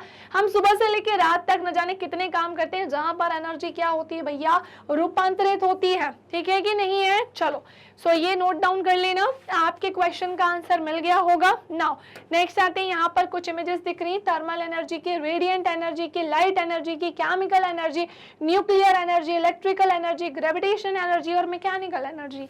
नाउ नेक्स्ट आते हैं अगले पॉइंट पे कि मैम ये मैकेनिकल एनर्जी क्या है, तो मैं आपको एक एक करके थोड़े थोड़े पॉइंट्स जो है वो क्लियर करती हूँ। शुरुआत कर रही हूँ सबसे पहले तो किससे, मैकेनिकल एनर्जी से। सो किसी वस्तु के स्थितिज ऊर्जा एवं गतिज ऊर्जा के यूज को ही हम उसकी मैकेनिकल एनर्जी बोलते हैं। आपको आपके चैप्टर में ही जब मैंने एक्टिविटीज करवाई है ना, जो आपका मेन प्लेलिस्ट आप ओपन करोगे, सो वहां पर बेटा मैंने एक्टिविटीज करवाई हैं, ध्यान से सुनो बेटा। उन एक्टिविटीज में मैंने आपको मैकेनिकल एनर्जी फाइंड करना सिखाया है। मैंने वहां पर काइनेटिक एनर्जी और पोटेंशियल एनर्जी का यूज करके क्या सिखाया है, सो वहां पर मैंने इनका यूज करके आपको सिखाया है कि मैकेनिकल एनर्जी को भैया फाइनली कैसे फाइंड किया जाता है, ठीक है। So mechanical energy basically kinetic energy और पोटेंशियल एनर्जी का मिक्सअप है। काइनेटिक एनर्जी और पोटेंशियल एनर्जी का क्या होती है भैया, ये टोटल होती है। क्या होती है, टोटल होती है, समझे कि नहीं। अच्छा यहाँ पर भी कई सारी है, चलो आगे बढ़ते हैं। अब हम ऊर्जा के रूप देखते हैं, very important point, forms of energy. सबसे पहले तो काइनेटिक पढ़ेंगे, देन हम क्या पढ़ेंगे, पोटेंशियल एनर्जी पढ़ेंगे, ठीक है ना, यानी कि स्थितिज ऊर्जा पढ़ेंगे। सो क्या होती है काइनेटिक एनर्जी, सुनो। होता क्या है, किसी वस्तु में उसकी गति के कारण निहित ऊर्जा को ही उस वस्तु की गतिज ऊर्जा कहते हैं। समझना, बात को समझना है ना। पता है ये सारी चीजें एक्टिविटीज के थ्रू पढ़ो ना तो ज्यादा मजा आता है। क्यों, क्योंकि एक्टिविटीज में ही आपके सारी समस्या का समाधान हो जाता है। बट कोई बात नहीं, मैं आपको सिखाऊंगी, मैं हूं ना सामने, मैं आपको सब सिखाऊंगी। मैंने यहाँ पर बनाई जमीन, ये क्या है भैया, जमीन है, इसे मैंने यहाँ से क्या कर दिया है, पॉलिश कर दिया है, ठीक है ना। एंड हमने क्या देखा फिर, सो हमने यहाँ पर देखा है कि ये यहाँ पर ऑब्जेक्ट जो है, मतलब कोई ऑब्जेक्ट है उसको एक ऊंचाई पर रखा है, ठीक है, कोई ऑब्जेक्ट है उसे एक ऊंचाई पर रखा है। तो सुनो मैम, इसमें काइनेटिक एनर्जी कहाँ होगी और पोटेंशियल कहाँ होगी, मैं दोनों ही चीजें आपको यहाँ पर बता देती हूँ कि यहाँ पर क्या काम करेगी बेटा। सो यहाँ पर काम करेगी potential energy, and kinetic energy ma'am क्या होगी, तो भैया मेरी बात ध्यान से सुनो, यहाँ पर काम कर रही है बेटा स्थितिज ऊर्जा।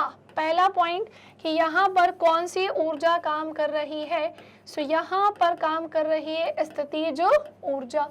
और ये जो काइनेटिक एनर्जी है यानी कि स्थितिज ऊर्जा है, ये बेसिकली किसी वस्तु की क्या बताती है बेटा, स्थिति बताती है। ये क्या करती है, किसी वस्तु की स्थिति बताने का क्या करती है, काम करती है। है ना, किसी भी वस्तु की स्थिति बताने का ये क्या करती है, काम करती है। ठीक है, सो हमने जान लिया कि जो पोटेंशियल एनर्जी होती है, स्थितिज ऊर्जा किसी भी वस्तु की स्थिति बताती है। और क्या बोला बेटा मैंने आपसे, तो सुनो, अब होता यह है कि अगर पोटेंशियल एनर्जी इसमें है, यहाँ ज्यादा है पोटेंशियल एनर्जी, बिल्कुल ऊंचाई पर स्थितिज ऊर्जा कैसी होती है, ज्यादा होगी, है ना। फिर मैम यहाँ पोटेंशियल एनर्जी है, काइनेटिक नहीं होगी क्या, यहाँ काइनेटिक एनर्जी शून्य यानी कि 0 होगी। काइनेटिक एनर्जी बताए यहाँ पर इस कंडीशन में काइनेटिक एनर्जी क्या हो जाएगी, सो नोट डाउन कर लीजिएगा, इस कंडीशन में काइनेटिक एनर्जी हो जाएगी शून्य यानी कि 0। ठीक है ना, कैसी हो जाएगी ये, सो ये हो जाएगी शून्य यानी कि 0। मैम लेकिन ऐसा क्यों हो रहा है, क्योंकि भैया यहाँ वेलोसिटी भी कैसी है, शून्य। आप देखो ना इनकी वेलोसिटी यानी कि इसका वेग भी कैसा है, यहाँ पर 0 है, तो फिर यहाँ पर इसकी काइनेटिक एनर्जी mgh ये भी क्या हो जाएगी भैया, 0 ही होगी। mgh कह रहे हैं हाफ mv², ये भी क्या हो जाएगी, 0 ही होगी।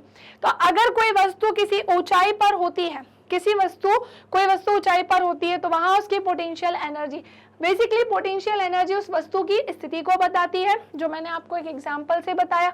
और अगर वो एक स्थिति पर बता रही है और पोटेंशियल एनर्जी ज्यादा है, एक अधिक ऊंचाई पर, तो काइनेटिक एनर्जी हमेशा कैसी होती है, शून्य, क्योंकि वहां वेलोसिटी कैसी होती है, 0 होती है। फिर मैम काइनेटिक एनर्जी कब बढ़ेगी और पोटेंशियल एनर्जी कब घटेगी, जब उस बॉल को छोड़ देंगे, जब उस बॉल को ऐसे छोड़ देंगे। ठीक है ना, और जब हमने इस बॉल को ऐसे छोड़ा तो हमने पाया कि भैया इसकी जो पोटेंशियल एनर्जी है ना, धीरे धीरे क्या हो रही है, कम हो रही है। अब मैं आपको बोलूं, इसकी जो पोटेंशियल एनर्जी होगी भाई, अब वो इस कंडीशन में क्या होती जाएगी, घटती जाएगी। क्या होती जाएगी, सो वो इस कंडीशन में घटती जाएगी, और वहीं पर इसकी जो काइनेटिक एनर्जी है वो यहाँ पर क्या होती जाएगी, सो वो यहाँ पर बढ़ती जाएगी। जैसे जैसे ये ऑब्जेक्ट जमीन के थोड़ा सा ऊपर तक को भी अगर हम लेके चले, सबसे ज्यादा इसमें क्या होगी, काइनेटिक एनर्जी ही होगी। और एक पॉइंट ऐसा आएगा इसके ठीक थोड़ा सा ऊपर तक, जब हाइट कैसी हो जाएगी, शून्य यानी कि 0। क्या बोला बेटा मैंने, कि जब यहाँ पर हाइट कैसी हो जाएगी, शून्य यानी कि 0, तो फिर ध्यान रखना कि यहाँ पोटेंशियल एनर्जी भी क्या हो जाएगी, 0 हो जाएगी, है ना। यहाँ फिर पोटेंशियल एनर्जी भी क्या हो जाएगी, 0 हो जाएगी। अरे समझे कि नहीं समझे, पक्का कंफर्म? सारे बच्चे मुझे कमेंट करके बताएंगे क्या आप सभी को सारी चीजें क्लियर हो गई हैं। ठीक है, तो मैंने यहाँ पर आपको बड़े ही प्यारे तरीके से कुछ कॉन्सेप्ट्स बताए हैं, और मैं उम्मीद करती हूँ कि इनके आधार पर आप kinetic energy and potential energy समझ गए होंगे। किसी वस्तु में उसकी गति के कारण निहित ऊर्जा को ही वस्तु की गतिज ऊर्जा कहते हैं। ये बेसिकली गतिज ऊर्जा उसकी गति के बारे में बताती है ना बेटा, किसके बारे में, गतिज ऊर्जा उसकी गति के बारे में बताने का काम करती है। किसी वस्तु में उसकी गति के कारण निहित ऊर्जा को उसकी गतिज ऊर्जा कहते हैं, और इसका SI मात्रा क्या होता है, जूल होता है। इसे हम KE से क्या करते हैं, प्रदर्शित करते हैं। किसी नियत वेग से गतिमान, उसके नियत वेग से गतिमान वस्तु की गतिज ऊर्जा उस वेग को प्राप्त करने में वस्तु पर किए गए कार्य के तुल्य होती है। और चाल में वृद्धि के साथ गतिज ऊर्जा बढ़ती है। जैसे जैसे चाल में वृद्धि होगी, काइनेटिक एनर्जी भी बढ़ती जाएगी। ये भी क्या होगी बेटा, बढ़ती जाएगी। और v वेग से गतिमान m द्रव्यमान की वस्तु की गतिज ऊर्जा हाफ mv² होगी। काइनेटिक एनर्जी निकालने का एक फॉर्मूला है, काइनेटिक एनर्जी निकालने का एक फॉर्मूला है, और वो क्या है भैया, सो वो होता है हाफ mv²। क्या होता है, सो वो होता है हाफ mv²। सो m यहाँ पर क्या हो जाएगा, मास हो जाएगा, v यहाँ पर क्या हो जाएगी, वेलोसिटी हो जाएगी, यानी कि इसका क्या हो जाएगा बेटा, वेग हो जाएगा। ठीक है, और ये क्या हो जाएगा, द्रव्यमान हो जाएगा। क्लियर, ये क्या हो जाएगा, द्रव्यमान हो जाएगा। अरे समझे कि नहीं समझे। सो गतिज ऊर्जा काइनेटिक एनर्जी की कहानी मैंने आप सभी को यहाँ पर बता दी है। मैं उम्मीद करती हूँ कि वो आपको अच्छे से क्लियर हो गई होगी, अच्छे से आपको समझ में आ गई होगी। यही फॉर्मूला याद करना, वरना तुम कुछ और याद करके बैठो। अच्छा, एग्जाम्पल्स लेते हैं, अब बड़ा ही प्यारा सा एग्जाम्पल कि अगर बाई चांस एग्जाम में काइनेटिक एनर्जी के एग्जाम्पल लिखने को आ गए तो तुम क्या करोगे भैया। मेटोर्स की अगर बात कर दें, या फिर हम वॉकिंग यानी चलना बोल सकते हैं, फॉलिंग गिरना बोल सकते हैं, थ्रोइंग अ बॉल बॉल को फेंकना बोल सकते हैं, फ्लाइंग एरोप्लेन एरोप्लेन को उड़ना बोल सकते हैं, उड़ता हुआ हवाई जहाज, बहता हुआ पानी, है ना, एक गतिशील गोली और एक गतिशील क्रिकेट बॉल।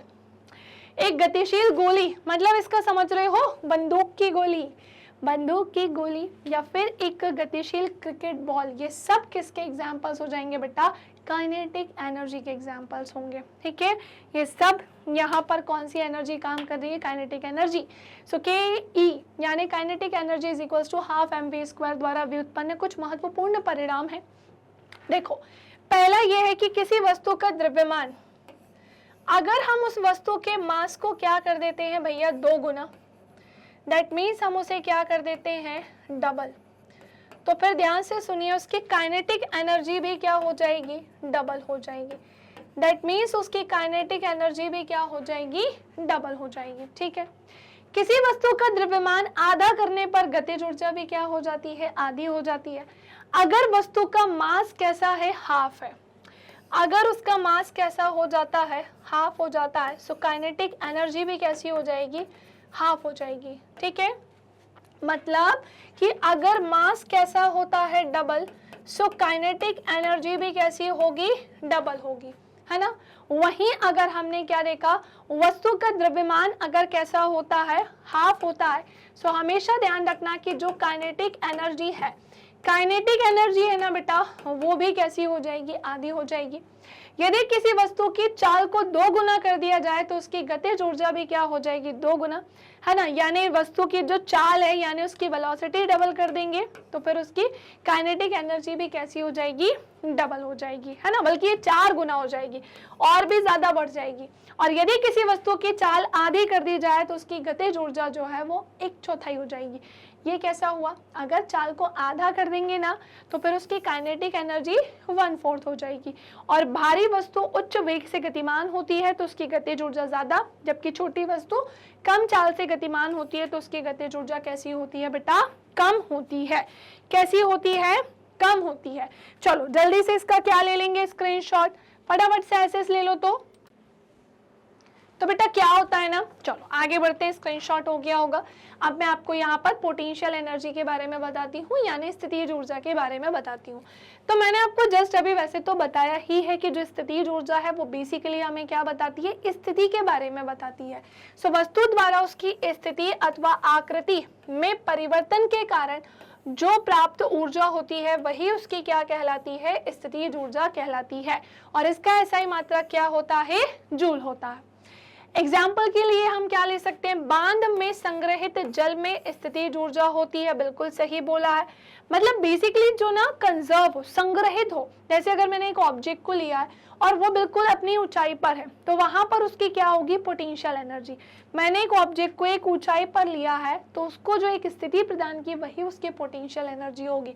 ये गाड़ी है, ये ऊपर ऐसे चलकर गई तो इस गाड़ी ने यहाँ पर उसकी पोटेंशियल एनर्जी बताई है। बांध में संग्रहित जल में स्थितिज ऊर्जा होती है, छत पर स्थित पत्थर में ऊंचाई के कारण स्थितिज ऊर्जा होती है, घड़ी की स्प्रिंग में उसकी आकृति में परिवर्तन के कारण स्थितिज ऊर्जा होती है। सो ओवरऑल देखा जाए स्थितिज ऊर्जा के कई सारे क्या होते हैं, उदाहरण होते हैं। किसी ऊंचाई पर वस्तु की स्थितिज ऊर्जा, अब मैं आपको यहाँ पर बताने जा रही हूँ कि किसी ऊंचाई पर वस्तु की स्थितिज ऊर्जा क्या होती है। तो सुनो, पृथ्वी से ऊंचाई पर स्थित, अच्छा इसका फॉर्मूला पहले तो सुन लो कि इसका जो फॉर्मूला होता है ना स्थितिज ऊर्जा का, वो पता है क्या होता है, काइनेटिक एनर्जी तो हो चुका, पोटेंशियल एनर्जी का फॉर्मूला होता है mgh। अब आपको पता है mgh का मतलब क्या होता है। सो m बोले तो क्या हो जाता है, मास हो जाता है, g बोले तो क्या हो जाती है, ग्रेविटी हो जाती है, और h बोले तो क्या हो जाता है, हाइट हो जाती है। क्लियर, h बोले तो उसकी क्या हो जाएगी, हाइट हो जाएगी। समझे कि नहीं समझे। सो अगर हमें बेटा पोटेंशियल एनर्जी निकालनी होती है उसके लिए हमें ये 3 चीजें पता होनी चाहिए। सो पृथ्वी से ऊंचाई पर स्थित वस्तुओं में जो ऊर्जा होती है उसे हम गुरुत्वीय स्थितिज ऊर्जा कहते हैं। उसे हम क्या बोलते हैं? गुरुत्वीय स्थितिज ऊर्जा कहते हैं। क्योंकि जब किसी वस्तु को सतह से ऊपर उठाया जाता है तो गुरुत्व के विरुद्ध ये कार्य करना पड़ता है, बिल्कुल करना पड़ता है। आप सोचो, अगर मैं इस ऑब्जेक्ट को, मान लेते हैं ये ऑब्जेक्ट है, मैंने इसे ऐसे ऊपर की तरफ उठाया तो ग्रेविटी तो नीचे काम कर रही है। ग्रेविटी कहाँ काम करती है? अर्थ की तरफ ही करती है ना। अब मैं इसको उसके ऑपोजिट लेकर जा रही हूँ तो फिर एनर्जी ज़्यादा लगेगी, और यहाँ पर सबसे ऊंचाई पर उसकी क्या होगी? पोटेंशियल एनर्जी होगी। यहाँ पर उसकी क्या होगी? स्थितिज ऊर्जा होगी। एंड उसकी जो ग्रेविटी है, जैसे ही छोड़ेंगे तो फिर ये ऑब्जेक्ट कहाँ गिर जाएगा? नीचे गिर जाएगा।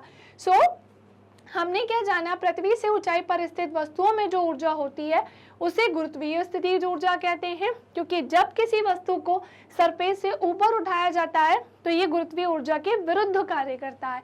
ये कार्य ही वस्तु में गुरुत्वीय स्थितिज ऊर्जा के रूप में संचित होता है। यानी कि वो जो वस्तु मैंने ऐसे ऊपर उठाई और उसे एक स्थिति प्रदान की, उसमें ही क्या स्टोर हो गई? पोटेंशियल एनर्जी स्टोर हो गई, जो कि अभी हमने एग्जाम्पल से जानी है। धरातल से ऊपर किसी बिंदु पर किसी वस्तु की गुरुत्वीय स्थितिज ऊर्जा को उस वस्तु को धरातल से उस बिंदु तक उठाने में गुरुत्वीय बल के विरुद्ध किए गए कार्य द्वारा परिभाषित हम कर सकते हैं। स्थितिज ऊर्जा के लिए कुछ व्यंजक अब हम यहाँ पर जानते हैं। जैसे माना m द्रव्यमान की एक वस्तु धरातल पर किसी बिंदु पर स्थित है, ठीक है। ये m द्रव्यमान की क्या है भैया? वस्तु है। इसका द्रव्यमान कितना ही? m है, ठीक है ना। m द्रव्यमान की एक वस्तु धरातल पर किसी बिंदु A पर स्थित है। यहाँ इसकी स्थितिज ऊर्जा क्या हो जाएगी? शून्य होगी। आपको मैंने पहले ही बताया था, पोटेंशियल एनर्जी शून्य कब होगी? जब हाइट क्या है? 0 है। इसकी हाइट ही नहीं है तो हाइट क्या है? 0। इसका फॉर्मूला ही क्या होता है? mgh होता है।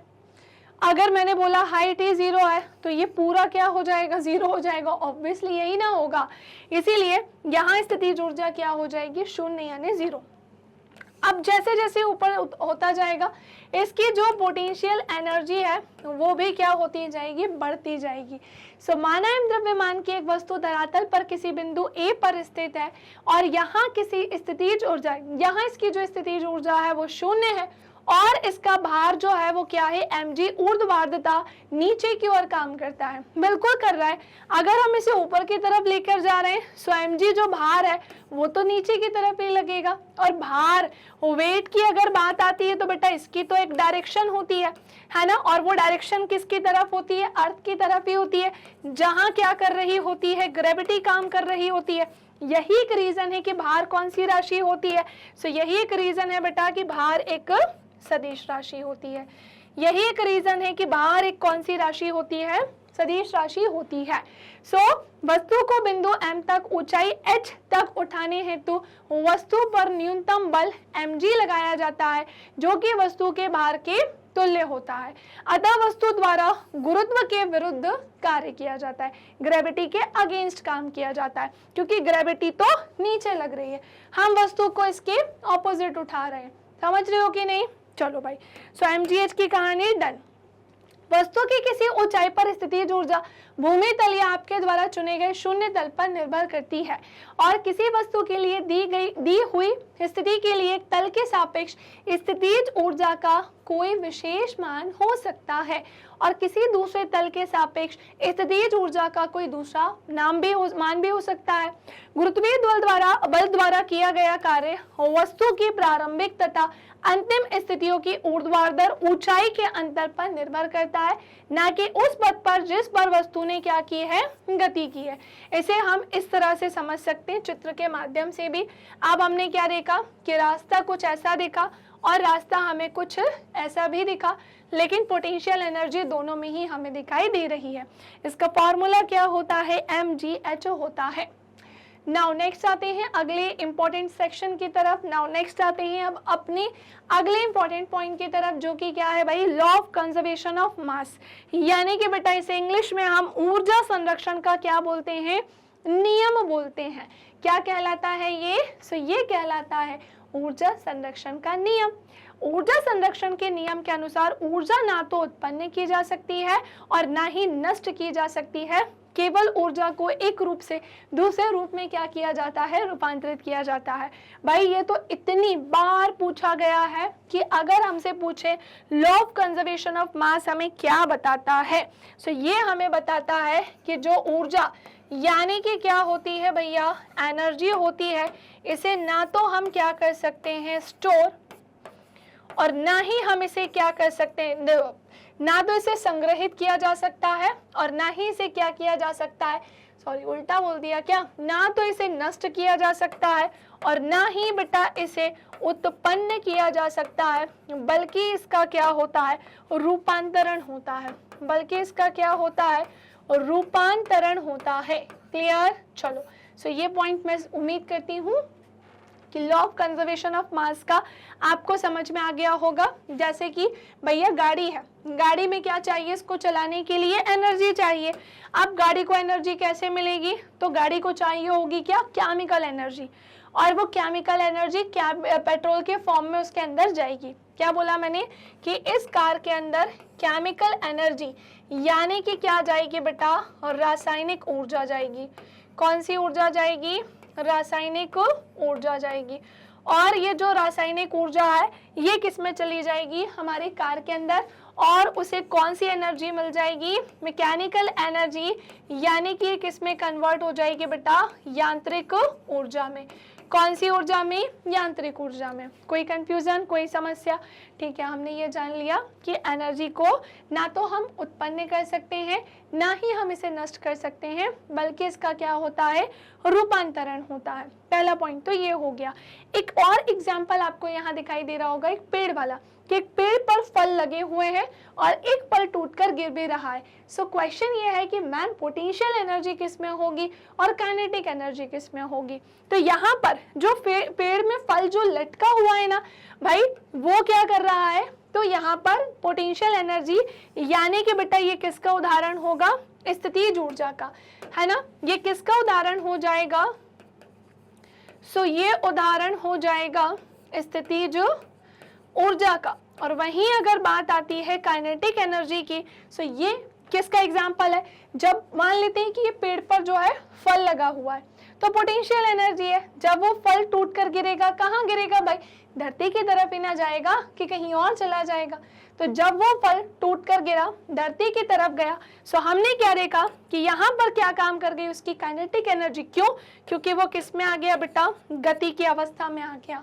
ये किस में आ जाएगा बेटा, गति की अवस्था में आएगा। सो अगर मैं स्टाइलस को ऐसे होल्ड करके यहाँ पर रखती हूँ, सो इसमें यहाँ पर पोटेंशियल एनर्जी लग रही है, और जैसे ही मैं इसे छोड़ूंगी और इसे एक गति मिलेगी, यही उसकी क्या होगी बेटा, गतिज ऊर्जा होगी।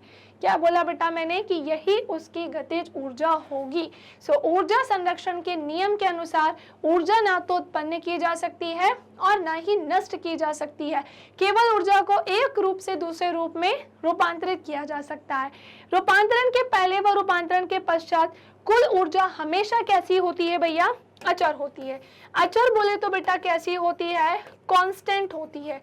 क्या कहा मैंने, अचर होती है बोले तो कैसी होती है, कांस्टेंट होती है। मतलब रूपांतरण के पहले के ऊर्जा रूपांतरण के पहले और रूपांतरण के बाद जो टोटल एनर्जी होती है वो हमेशा कांस्टेंट ही होती है। टोटल एनर्जी में कोई चेंज नहीं होता है। ठीक है, आते हैं थोड़े से अब हम ट्रांसफॉर्मेशन ऑफ एनर्जी को पढ़ने के लिए, है ना। और भी चीजें मैं आपको बताती हूँ, आप टेंशन ना लो बेटा। पहले तो मुझे यहाँ तक कमेंट करके बताओ क्या आप सभी को सारे पॉइंट्स क्लियर हो गए हैं। जल्दी बोले भाई, फटाफट से बोले, क्या आप सभी को सारे ही पॉइंट्स समझ में आ गए। जितनी भी चीजें अभी मैंने आपको यहाँ पर समझाई है वो सब यहाँ पर, अरे बैठी कि नहीं बैठी, तो सुनो। ऊर्जा रूपांतरण के बारे में अगर मैं बात करती हूँ, सो ऊर्जा के एक रूप से दूसरे रूप में परिवर्तित होने की परिघटना को क्या बोलते हैं, ट्रांसफॉर्मेशन ऑफ एनर्जी बोलते हैं। यानी कि बेटा यही क्या कहलाता है, ऊर्जा का रूपांतरण कहलाता है। और जब किसी वस्तु को ऊंचाई से गिराया जाता है तो इसकी स्थितिज ऊर्जा निरंतर गतिज ऊर्जा में रूपांतरित तो होती जाती है। बिल्कुल सही बोला है। तो यहाँ पर भी तो क्या हुआ भैया, ट्रांसफॉर्मेशन हुआ। जो पोटेंशियल एनर्जी थी वो काइनेटिक एनर्जी में चेंज होती गई। तो जब किसी वस्तु को बेटा ऊंचाई यानी कि एक हाइट से गिराया जाता है तो इसकी स्थितिज ऊर्जा निरंतर गतिज ऊर्जा में रूपांतरित तो होती है, और जब वस्तु को ऊपर फेंका जाता है तो गतिज ऊर्जा निरंतर स्थितिज ऊर्जा में क्या होती है, परिवर्तित होती है। इस कहानी का मतलब ये है कि अगर हमने एक ऑब्जेक्ट लिया है, ठीक है, ये है क्या, अर्थ का सरफेस, या मान लेते हैं क्या है, ये अर्थ है, ठीक है।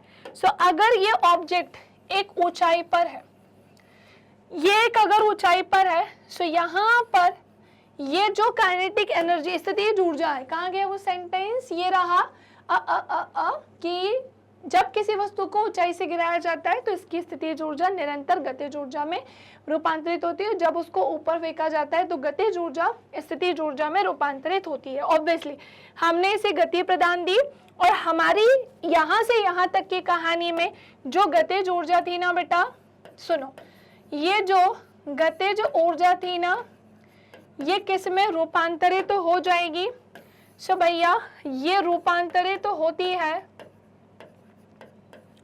ये है रूपांतरित तो होती है किस में, तो ये स्थितिज ऊर्जा में, यानी कि पोटेंशियल एनर्जी में चेंज हो जाती है। किस में, पोटेंशियल एनर्जी में, बिल्कुल यहाँ जाकर क्या हो जाती है, चेंज। और जब हम इसे छोड़ते हैं, सुनते चलना, जब हम इसे छोड़ते हैं और जब ये नीचे की तरफ आती है, जब हम इसे छोड़ते हैं और ये नीचे की तरफ आती है, सो ये जो पोटेंशियल एनर्जी है भैया, ये किस में कन्वर्ट हो जाती है, काइनेटिक एनर्जी में। और ये पूरी कहानी ऐसी चलती है, ठीक है।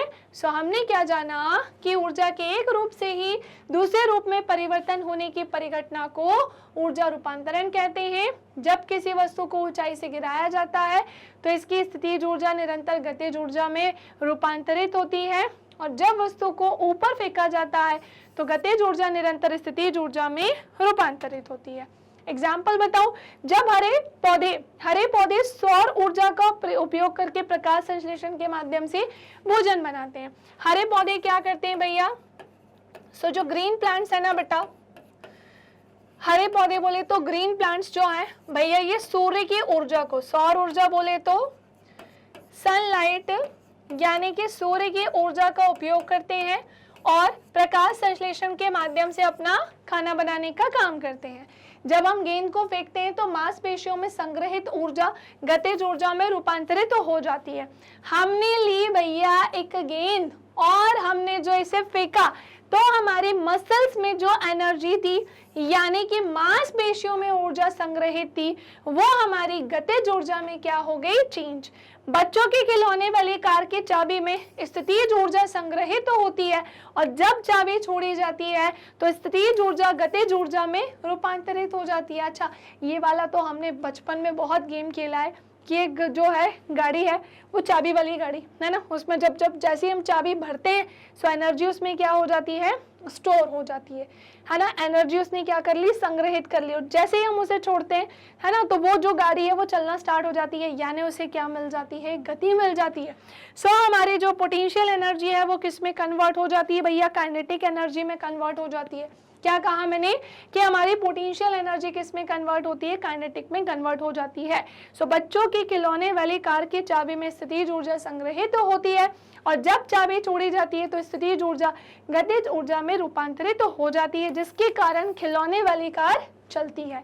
खींचे हुए धनुष में स्थितिज ऊर्जा संचरित संरक्षित होती है।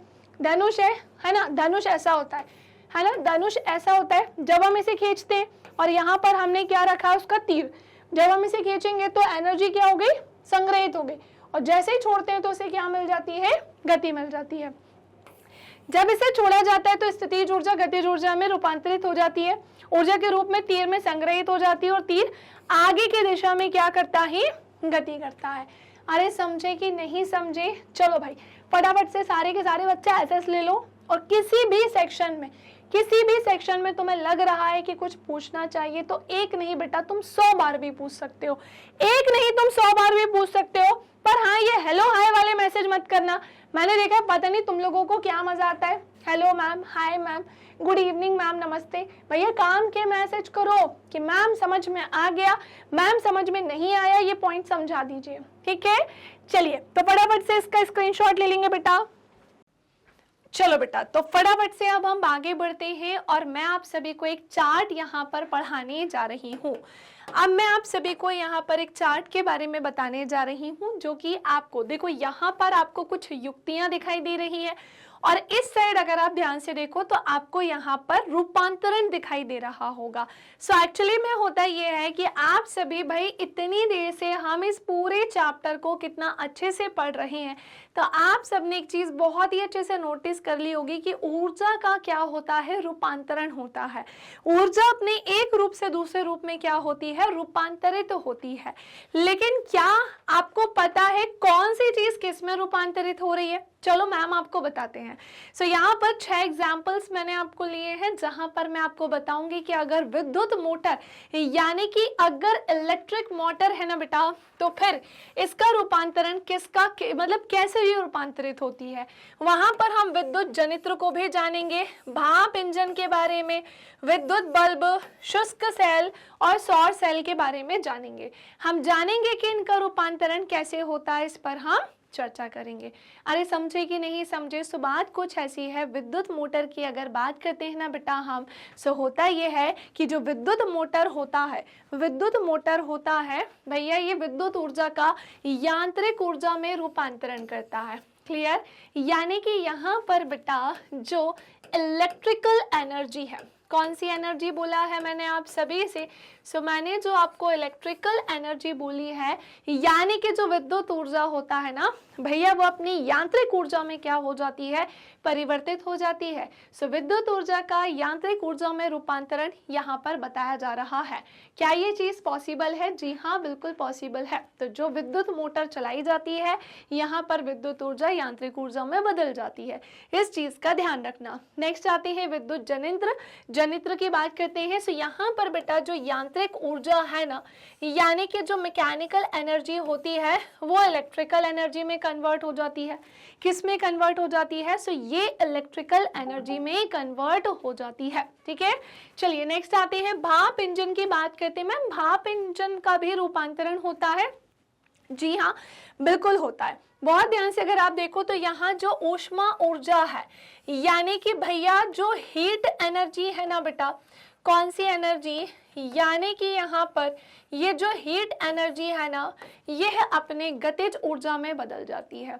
क्या कहा मैंने आपसे कि यहाँ पर ऊष्मा ऊर्जा का उसकी गतिज ऊर्जा में क्या हो जाता है, रूपांतरण हो जाता है। इलेक्ट्रिक बल्ब की बात कर लेते हैं अब हम जरा जल्दी से, और हिंदी में जैसे हम विद्युत बल्ब कहते हैं। विद्युत बल्ब की बात करें तो यहाँ विद्युत ऊर्जा का प्रकाश ऊर्जा में क्या होता है, रूपांतरण होता है। यानी कि बेटा जो इलेक्ट्रिक एनर्जी है, विद्युत ऊर्जा का प्रकाश ऊर्जा में रूपांतरण होता है, यानी कि इलेक्ट्रिक एनर्जी जो है भैया वो लाइट एनर्जी में बदल जाती है। किस में बदल जाती है? लाइट एनर्जी में बदल जाती है। Any confusion, any doubt? चलिए नेक्स्ट आते हैं शुष्क सेल के बारे में जानने के लिए। सो रासायनिक ऊर्जा का विद्युत ऊर्जा में रूपांतरण, जो शुष्क सेल होती हैं यानी कि जो ड्राई सेल होती हैं, यहाँ पर केमिकल एनर्जी इलेक्ट्रिक एनर्जी में कन्वर्ट हो जाती है। एंड सौर सेल की बात करते हैं, सो यहाँ पर लाइट एनर्जी विद्युत ऊर्जा में क्या हो जाती है, रूपांतरित हो जाती है। सो बेसिकली मैंने यहाँ पर क्या बताया है बेटा? सो मैंने यहाँ पर हर वो की पॉइंट्स आपको बताए हैं जो एक्चुअली में आपको पता होने चाहिए। मैंने सिंपली यहाँ पर आपको एक्सप्लेन किया है कि कौन सी चीज़ किस में रूपांतरित हो रही है, कौन सी चीज़ किस में परिवर्तित हो रही है। किसी को कोई कंफ्यूजन तो नहीं है? सबको सब कुछ अच्छे से क्लियर हो गया, समझ में आ गया? क्या मैं आगे बढ़ सकती हूँ? अब पता है, जैसे कई बार क्वेश्चन आपके बोर्ड एग्जाम में पूछा जाता है कि भाई ऊर्जा के रूपांतरण के बारे में बताइए, या ऊर्जा के रूपांतरण के कुछ उदाहरण देकर हमें इसे समझाइए। सो इस स्थिति में, इस कंडीशन में आप कुछ एग्जाम्पल्स दे सकते हैं। इन्हीं उदाहरण को अगर आप लिख देंगे कि ये युक्तियां हैं, या मत लिखो युक्तियां, आप डायरेक्ट बता दो कि भैया विद्युत मोटर का मैं आपको यहाँ एग्जाम्पल देता हूँ जहां पर ये जो विद्युत ऊर्जा है ये यांत्रिक ऊर्जा में क्या हो जाती है, कन्वर्ट हो जाती है। अब जैसे कि भाई जो सनलाइट है ना, अब जैसे कि क्या है भैया, सनलाइट है, तो जो प्लांट्स होते हैं ना वो क्या करते हैं, सनलाइट की हेल्प से खाना बनाते हैं। तो यहाँ पर लाइट एनर्जी किस में कन्वर्ट हो जाती है, केमिकल एनर्जी में, है ना। होता क्या है बेटा? सो होता ये है कि प्लांट सनलाइट की हेल्प से खाना बनाते हैं, और इसमें हुआ ये कि ये जो लाइट एनर्जी थी, हिंदी वालों यहाँ पर जो ये प्रकाश ऊर्जा थी ना, ध्यान से सुनो, लाइट एनर्जी यानी कि बेटा ये जो प्रकाश ऊर्जा थी ये किस में रूपांतरित तो हो जाएगी या फिर ये किस में बदल जाएगी? सो ये कन्वर्ट हो जाती है या फिर ये बदल जाती है किस में भैया? रासायनिक ऊर्जा में। क्लियर? किस में रूपांतरित तो होती है या बदलती है? सो ये रासायनिक ऊर्जा में बदलती है। ठीक है, इस बात का ध्यान रखना। चलिए नाउ नेक्स्ट आते हैं अब हम हमारे अगले पॉइंट पे, और हमने यहाँ तक की कहानी को अच्छे से समझ लिया। एक यहाँ पर इमेज मैंने यूज की है जहाँ आप देख सकते हो कि ये जो इलेक्ट्रिकल एनर्जी है कैसे ये कन्वर्ट होती है केमिकल एनर्जी से, और ये जो केमिकल एनर्जी है कैसे वो कन्वर्ट हो रही है मैकेनिकल एनर्जी में, है ना। अब जैसे कि हम खाना खाते हैं, मान लीजिए कि बेटा हमने कोई फूड खाया है, कोई भोजन किया है, सो वो जो केमिकल एनर्जी है वो किस में कन्वर्ट हो जाती है? एनर्जी टू वर्क में। मतलब हम किसी भी चीज को खाते हैं तो वो हमारे कार्य करने की ऊर्जा हमें दे देती है। भाई बिना खाना खाए तो हम वैसे भी जिंदा नहीं रह सकते हैं, बिना पानी पिए भी जिंदा नहीं रह सकते हैं। अगर आप चाहते हैं क्लास 10th में बोर्ड का एग्जाम बहुत ही अच्छा जाए आपका, तो आपको क्या करना होगा? सबसे पहले तो आपकी डाइट का ध्यान रखना होगा, दिमाग पे ज्यादा प्रेशर नहीं देना होगा। कई बार कुछ बच्चे ओवर प्रेशर अपने आप को दे देते हैं। देखो ना, भांति भांति के बच्चे हैं, जैसे हमारे इंडिया में आबादी 140 करोड़ से भी ज्यादा है। सो 140 करोड़ से भी ज्यादा आबादी, सबके सोचने का तरीका अलग है, बोलने का तरीका अलग है, कुछ बहुत समझदार है, कुछ बिल्कुल नासमझ है। तो ऐसे ही मैंने कुछ बच्चों को देखा है कि भले ही वो काम नहीं करते हैं, ऐसे ही मैंने कुछ बच्चों को देखा है कि भले ही वो काम नहीं करते हैं, पर बेटा आपको पता है काम नहीं करते से मतलब कि भले वो पढ़ाई इतनी नहीं कर रहे हैं, बिना पढ़े ही वो बहुत स्ट्रेस ले लेते हैं। लाइफ में आप काम नहीं कर रहे हो और आप उम्मीद कर रहे हो कि आपको उसका आउटपुट मिल जाए, कैसे पॉसिबल है? घर में हमारे यहाँ कच्ची सामग्री होती है खाना बनाने के लिए। आप एक रूम में बैठ के केवल ऐसा सोच सकते हो क्या कि अभी थोड़ी देर में मैं शाकालाका की बूम बूम जो पेंसिल जो है उसका यूज करके खाना बना दूंगा, या फिर मैं वो पहले वो शरारारा करके कोई सा वो सीरियल नहीं आता था जहां पर चुटकी बजाते से ही जादू हो जाता था। तो ये पॉसिबल है क्या कि आपने चुटकी बजाई और उसके बाद आपका खाना किचन में बन जाएगा? नहीं पॉसिबल है। At the end of the day बेटा आपको किचन में जाके काम करना ही पड़ेगा, उस कच्ची सामग्रियों को इकट्ठा करना ही पड़ेगा, गैस पे सभी को आपस में मिलाकर पकाना ही पड़ेगा खाना। उसी तरह से अगर आप चाहते हो कि एक अच्छा स्कोर कर सको तो उसके लिए आपको मेहनत करनी पड़ेगी, केवल सोचने से काम नहीं चलेगा। ठीक है, सो ये मैंने इसलिए बताया क्योंकि जीवन में हर एक काम करने के लिए हमें एनर्जी तो लगेगी ही लगेगी, ऊर्जा तो लगेगी ही लगेगी। ठीक है, सो हमने जाना कि भाई केमिकल एनर्जी किस में कन्वर्ट हो जाती है? Energy to work. अब यहाँ पर ये पॉइंट हो गया, ये लाइट एनर्जी के बारे में भी मतलब बेसिकली यहाँ पर अलग अलग तरीके से इसका कन्वर्जन बताया है। तो हमने देखा कि यहाँ पर एनर्जीज क्या हो रही है कन्वर्ट। केमिकल एनर्जी किस में कन्वर्ट हुई? इलेक्ट्रिकल एनर्जी में। इलेक्ट्रिकल एनर्जी किस में कन्वर्ट हुई? काइनेटिक एनर्जी में। तब जाके वो कार जो है वो चलने लगी। ऐसे ही हमने देखा केमिकल एनर्जी, अभी उल्टा चल रहे थे क्या हम? चलो भाई उसे सीधा करो जरा। तो ये जो केमिकल एनर्जी है किस में कन्वर्ट हो गई? काइनेटिक एनर्जी में कन्वर्ट हो गई। फिर हमने देखा केमिकल एनर्जी को इलेक्ट्रिसिटी मिली और फिर यहाँ पर जो बल्ब था वो जलने लगा, लाइट एनर्जी में कन्वर्ट हो गया। ऐसे ही यहाँ पर केमिकल एनर्जी को इलेक्ट्रिसिटी मिली और ये लाइट और साउंड के लिए पीसी जो है वो चलने लगा। तो हमने देखा अलग अलग तरीके से इसका क्या हो रहा है? कन्वर्जन हो रहा है। मतलब ये अलग अलग रूप में क्या हो रही है? रूपांतरित। सो हमारे शरीर, हमारे बॉडी को भी ऊर्जा की आवश्यकता होती है ताकि सही तरीके से हम अपने सारे काम कर सकें। उसी तरह से जितनी भी मशीनें होती हैं, जितनी भी हमारे आसपास की चीज़ें हैं, इन्हें चलने के लिए भी हमें एनर्जी चाहिए। आपकी बुक में ही एक क्वेश्चन था, क्या हम बिना ऊर्जा के, बिना ऊर्जा रूपांतरण के अपना जीवन सोच सकते हैं क्या? नहीं सोच सकते हैं। बिना ऊर्जा रूपांतरण हमारा जीवन कुछ भी नहीं है। मैंने बोला ना, इमेजिन करो कि ग्रीन प्लांट्स हैं, अगर हम कह रहे हैं कि ऊर्जा रूपांतरित नहीं होती है, सो ग्रीन प्लांट्स तो अपना खाना ही नहीं बना पाएंगे भाई। कैसे बना पाएंगे? उन्हें तो सनलाइट ही नहीं मिल पा रही है। सनलाइट मिल रही है तो वहां पर वो रूपांतरित नहीं हो पा रहे, सो वो फिर वहां पर क्या होगा? काम नहीं हो पाएगा। तो ऐसे ही हमारे खुद की शरीर भी काम नहीं कर पाएगी। ठीक है, नाउ नेक्स्ट आते हैं अपनी अगली कहानी पर और लास्ट टॉपिक पर, जो कि क्या है भाई? Rate of doing work. Ma'am ये कौन सा नया टॉपिक आ गया है इसमें? बेटा इससे भी क्वेश्चन पूछे जाते हैं। आप जब अपने बोर्ड एग्जाम्स में जाएंगे तो इससे भी क्वेश्चंस आपको वहां पर देखने को मिलेंगे। सो कार्य करने की दर या रेट ऑफ डूइंग वर्क की अगर हम बात करते हैं, ये क्या होता है? सो कार्य करने की दर या फिर बेटा ऊर्जा रूपांतरण की दर को ही हम क्या कहते हैं? शक्ति, यानी कि क्या कहते हैं बेटा? पावर कहते हैं। ये जो पावर है ना, इसे हम कैपिटल P से डिनोट करते हैं। कार्य करने की दर ही क्या कहलाती है? शक्ति, यानी कि पावर कहलाती है। कभी भी ध्यान रखना कि कार्य करने की दर को आप P से तो डिनोट करोगे ही, इसके लिए आपको दो चीजें पता होनी चाहिए। एक तो आप जो भी काम कर रहे हो, पहली बात तो आप इसकी शक्ति तब निकाल पाओगे जब आपने क्या किया हो? कोई काम किया हो, और उस काम को करने में आपने कोई ना कोई बेटा समय भी लिया ही होगा। अब जैसे मैं आप लोगों को ये पढ़ा रही हूँ, है ना, तो ये अभी पूरा शूट कर रही हूँ मैं आपके लिए। सो मैंने यहाँ पर कुछ ना कुछ क्या किया है? काम किया है, और इस पूरे काम को करने के लिए मैंने कुछ ना कुछ टाइम भी लिया होगा। तो अगर मैंने कुछ ना कुछ आपके लिए मैं जो काम कर रही हूँ, फिजिक्स की भाषा में अगर वो हो रहा होगा, जहाँ पर एक बल देने से विस्थापन की बात आती है ना, तो जहां पर मेरे द्वारा कोई काम किया जाए और काम करने में मेरे द्वारा कोई समय भी लिया जाए, तो ऐसी स्थिति में हम ये जान पाएंगे कि भाई मेरे द्वारा किए गए कार्य की शक्ति क्या थी, यानी कि पावर क्या थी। समझे कि नहीं? सो इसका फॉर्मूला होता है भैया कार्य बटा समय, है ना। तो कार्य करने की दर या ऊर्जा रूपांतरण की दर को ही बेटा हम क्या बोलते हैं? सो यही क्या कहलाती है? शक्ति कहलाती है। और यदि किसी वस्तु द्वारा समय में, किसी वस्तु द्वारा t समय में, ऐसा बोलना चाहिए, t समय में w कार्य किया जाता है, तो फिर क्या हो जाएगा वो? अगर w कार्य किया जाता है t समय में, तो p का फॉर्मूला क्या हो जाएगा? w/t। इसकी यूनिट सुनो। अब कार्य की ऐसा यूनिट क्या होती है? जूल, और टाइम की क्या होती है? सेकंड। सो ये जूल पर सेकंड हो जाएगा। क्या कहा मैंने? कि ये क्या हो जाएगा? जूल पर सेकंड, या फिर हम इसे क्या बोलते हैं? वॉट बोलते हैं, या फिर हम इसे क्या बोलते हैं? वॉट, जिसे हम कैपिटल W से भी क्या करते हैं? डिनोट करते हैं। किससे? जिसे हम कैपिटल W से भी डिनोट करते हैं। सो शक्ति का मात्रक क्या होता है? वॉट है, और इसका प्रतीक क्या होता है? Capital W। या तो बेटा आपको जूल पर सेकंड मिल जाएगा, या फिर आपको क्या मिलेगा भैया? वॉट मिलेगा। क्या कहा मैंने आप सभी से? कि या तो जूल पर सेकंड मिल जाएगा, या तो फिर क्या मिल जाएगा? वॉट मिलेगा।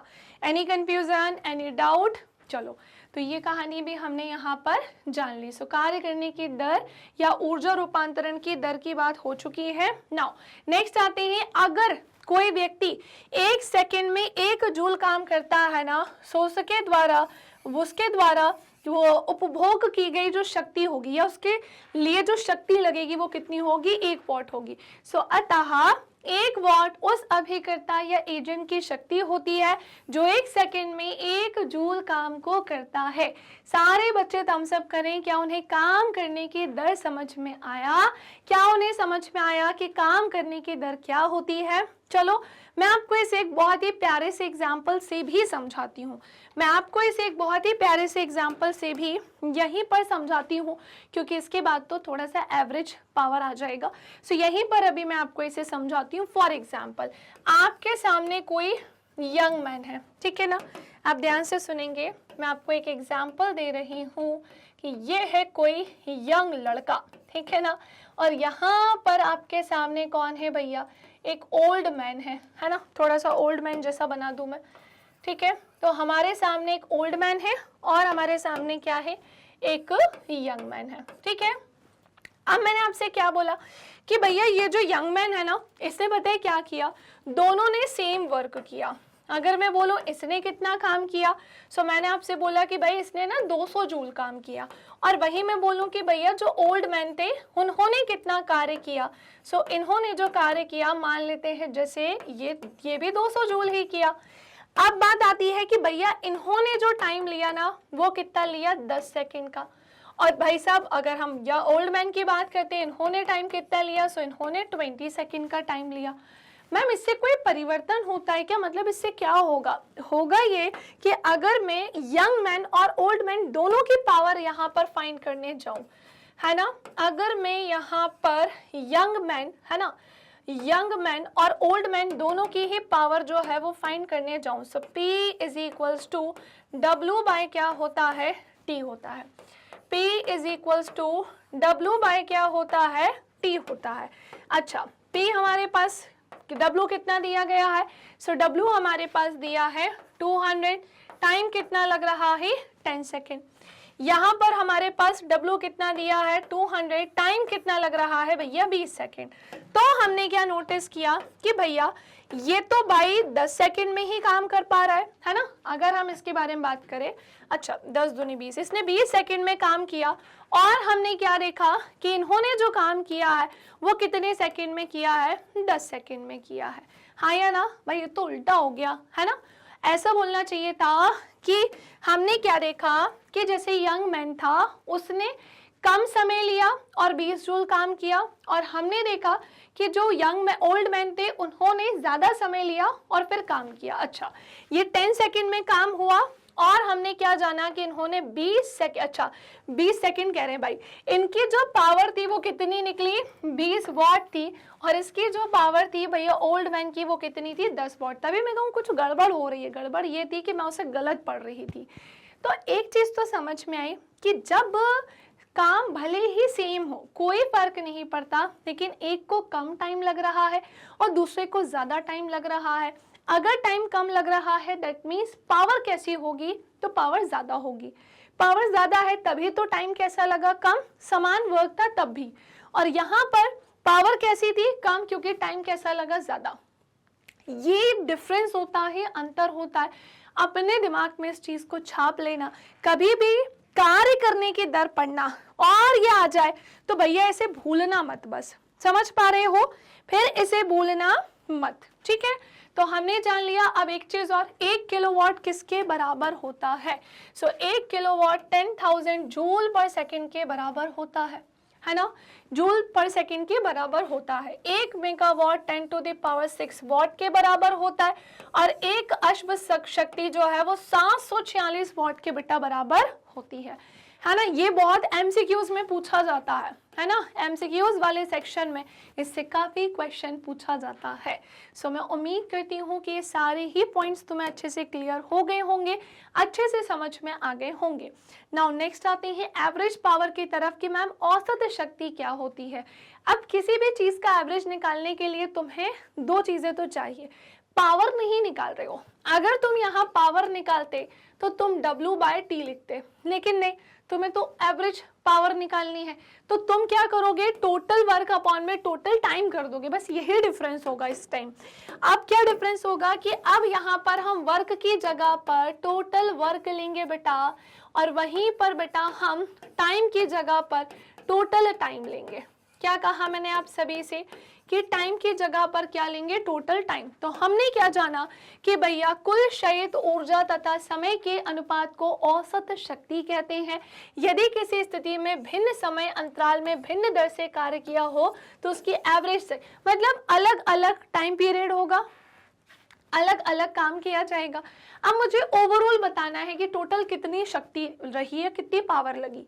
तो भाई हमने देखा अलग अलग टाइम पीरियड में अलग अलग काम हुआ है। मान लेते हैं कि 1 सेकंड में है ना, या 1 सेकंड में कितना काम हुआ है 10 जूल, अगले दूसरे सेकंड में 10 जूल या 20 जूल, ऐसे करके हमने देखा कि भाई हर टाइम जैसे जैसे टाइम चेंज होता गया तो हमने देखा कार्य भी हमें चेंज मिला। तो अब मुझे ओवरऑल बताना है कि भैया ओवरऑल बताओ, इंडिविजुअल नहीं, कि टोटल शक्ति कितनी, कुल पावर कितनी लगी। तो मैं क्या करूंगी, जितनी भी ऊर्जा प्रयोग की गई होगी या फिर टोटल जो वर्क होगा, जितना भी काम किया होगा सबको टोटल कर लूंगी। इन सभी का टोटल वर्क पहली बात तो मैं यहाँ पर ऐड करूंगी, और फिर मैं क्या करूंगी, लिया गया जो कुल समय होगा यानी जो टाइम होगा टोटल टाइम, उसे भी मैं यहाँ पर ऐड करूंगी। टोटल टाइम अब वो भले कितना हो, है ना, वो डिपेंड करेगा काम कितना है और कितने टाइम लिया है, सबका टोटल करूंगी और मैं इसको इससे डिवाइड कर दूंगी। तो फिर मेरी यहाँ से क्या फाइंड हो जाएगी, एवरेज पावर आ जाएगी बेटा। देन मैं यहाँ से क्या फाइंड कर सकती हूँ, चंगू मांगू, सो यहाँ से मैं फाइंड कर सकती हूँ एवरेज पावर को। अरे समझे कि नहीं समझे, चलो भाई। सो उम्मीद करती हूँ कि तुम्हें ये कहानी अच्छे से क्लियर हो गई होगी, अच्छे से समझ में आ गई होगी। सो आज के लिए इतना ही। ये जो वन शॉट रिवीजन आज मैंने ये आपके लिए बनाया है ये बहुत ही ज़्यादा खास था।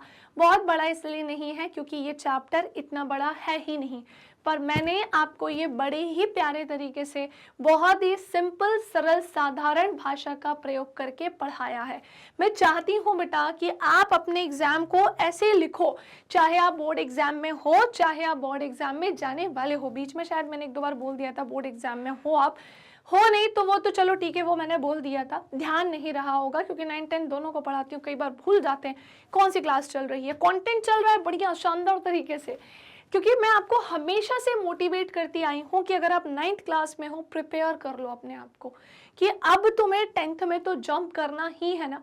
तो हम सीधे 10th में अपने आप को ऐसा नहीं कि अलग तरीके से प्रिटेंड करेंगे, हम 9th क्लास में ही अपने आप को अच्छे से संभाल लेंगे ताकि 10th क्लास में हमें कोई प्रॉब्लम नहीं हो बेटा। 10th क्लास एक ऐसी क्लास होती है जो हमारी जीवन भर याद रहती है। अगर अच्छे नंबर आए तो बहुत अच्छे से याद रहेगी, और बहुत गंदे नंबर आए जीवन भर रिग्रेट रहेगा, पछतावा रहेगा कि काश हमने उस समय अच्छे से पढ़ लिया होता तो आज ये दिन नहीं देखना पड़ता। और मैं गारंटी दे रही हूँ कि ये आपको लाइफ में फील होगा अगर आपने ध्यान नहीं दिया होगा तो, ठीक है। सो प्लीज़ ऐसा कुछ ना हो, यही मैं प्रे करना चाहूँगी, है ना। एंड अपना ध्यान रखें, अच्छे से पढ़ाई करो, जो जो चीज़ें पढ़ाई जा रही है एग्जाम टाइम में। मुझे पता है तुम लोग ये वीडियो देख रहे हो, सारे के सारे बच्चे जल्दी से कमेंट करके बताएं कितने बच्चे ऐसे हैं जो ये वीडियो एग्जाम टाइम में अभी देख रहे हैं। ओके, बाकी भाई YT पर आप मेरे सेशंस ले सकते हैं, एप्लीकेशन के थ्रू भी बेटा आप मुझसे जुड़ सकते हैं, और वेबसाइट के थ्रू जुड़कर भी आप मेरे सेशंस अटेंड कर सकते हैं। इसी के साथ साथ ई नोट्स और ई बुक की लिंक आपको कहाँ मिलेगी, सो वो मिलेगी नीचे डिस्क्रिप्शन बॉक्स में। ये हमारे हिंदी इंग्लिश मीडियम के टॉप कोर्सेज, जहां हम CBSE board, Delhi board, Bihar board, UP board, MP board, Rajasthan board, Vedic maths, crash course, spoken English, ये सारी ही चीजें करवाते हैं कवर। सो मिलेंगे अब हम हमारे नेक्स्ट सेशन में, तब तक के लिए बेटा bye bye, take care, thank you class.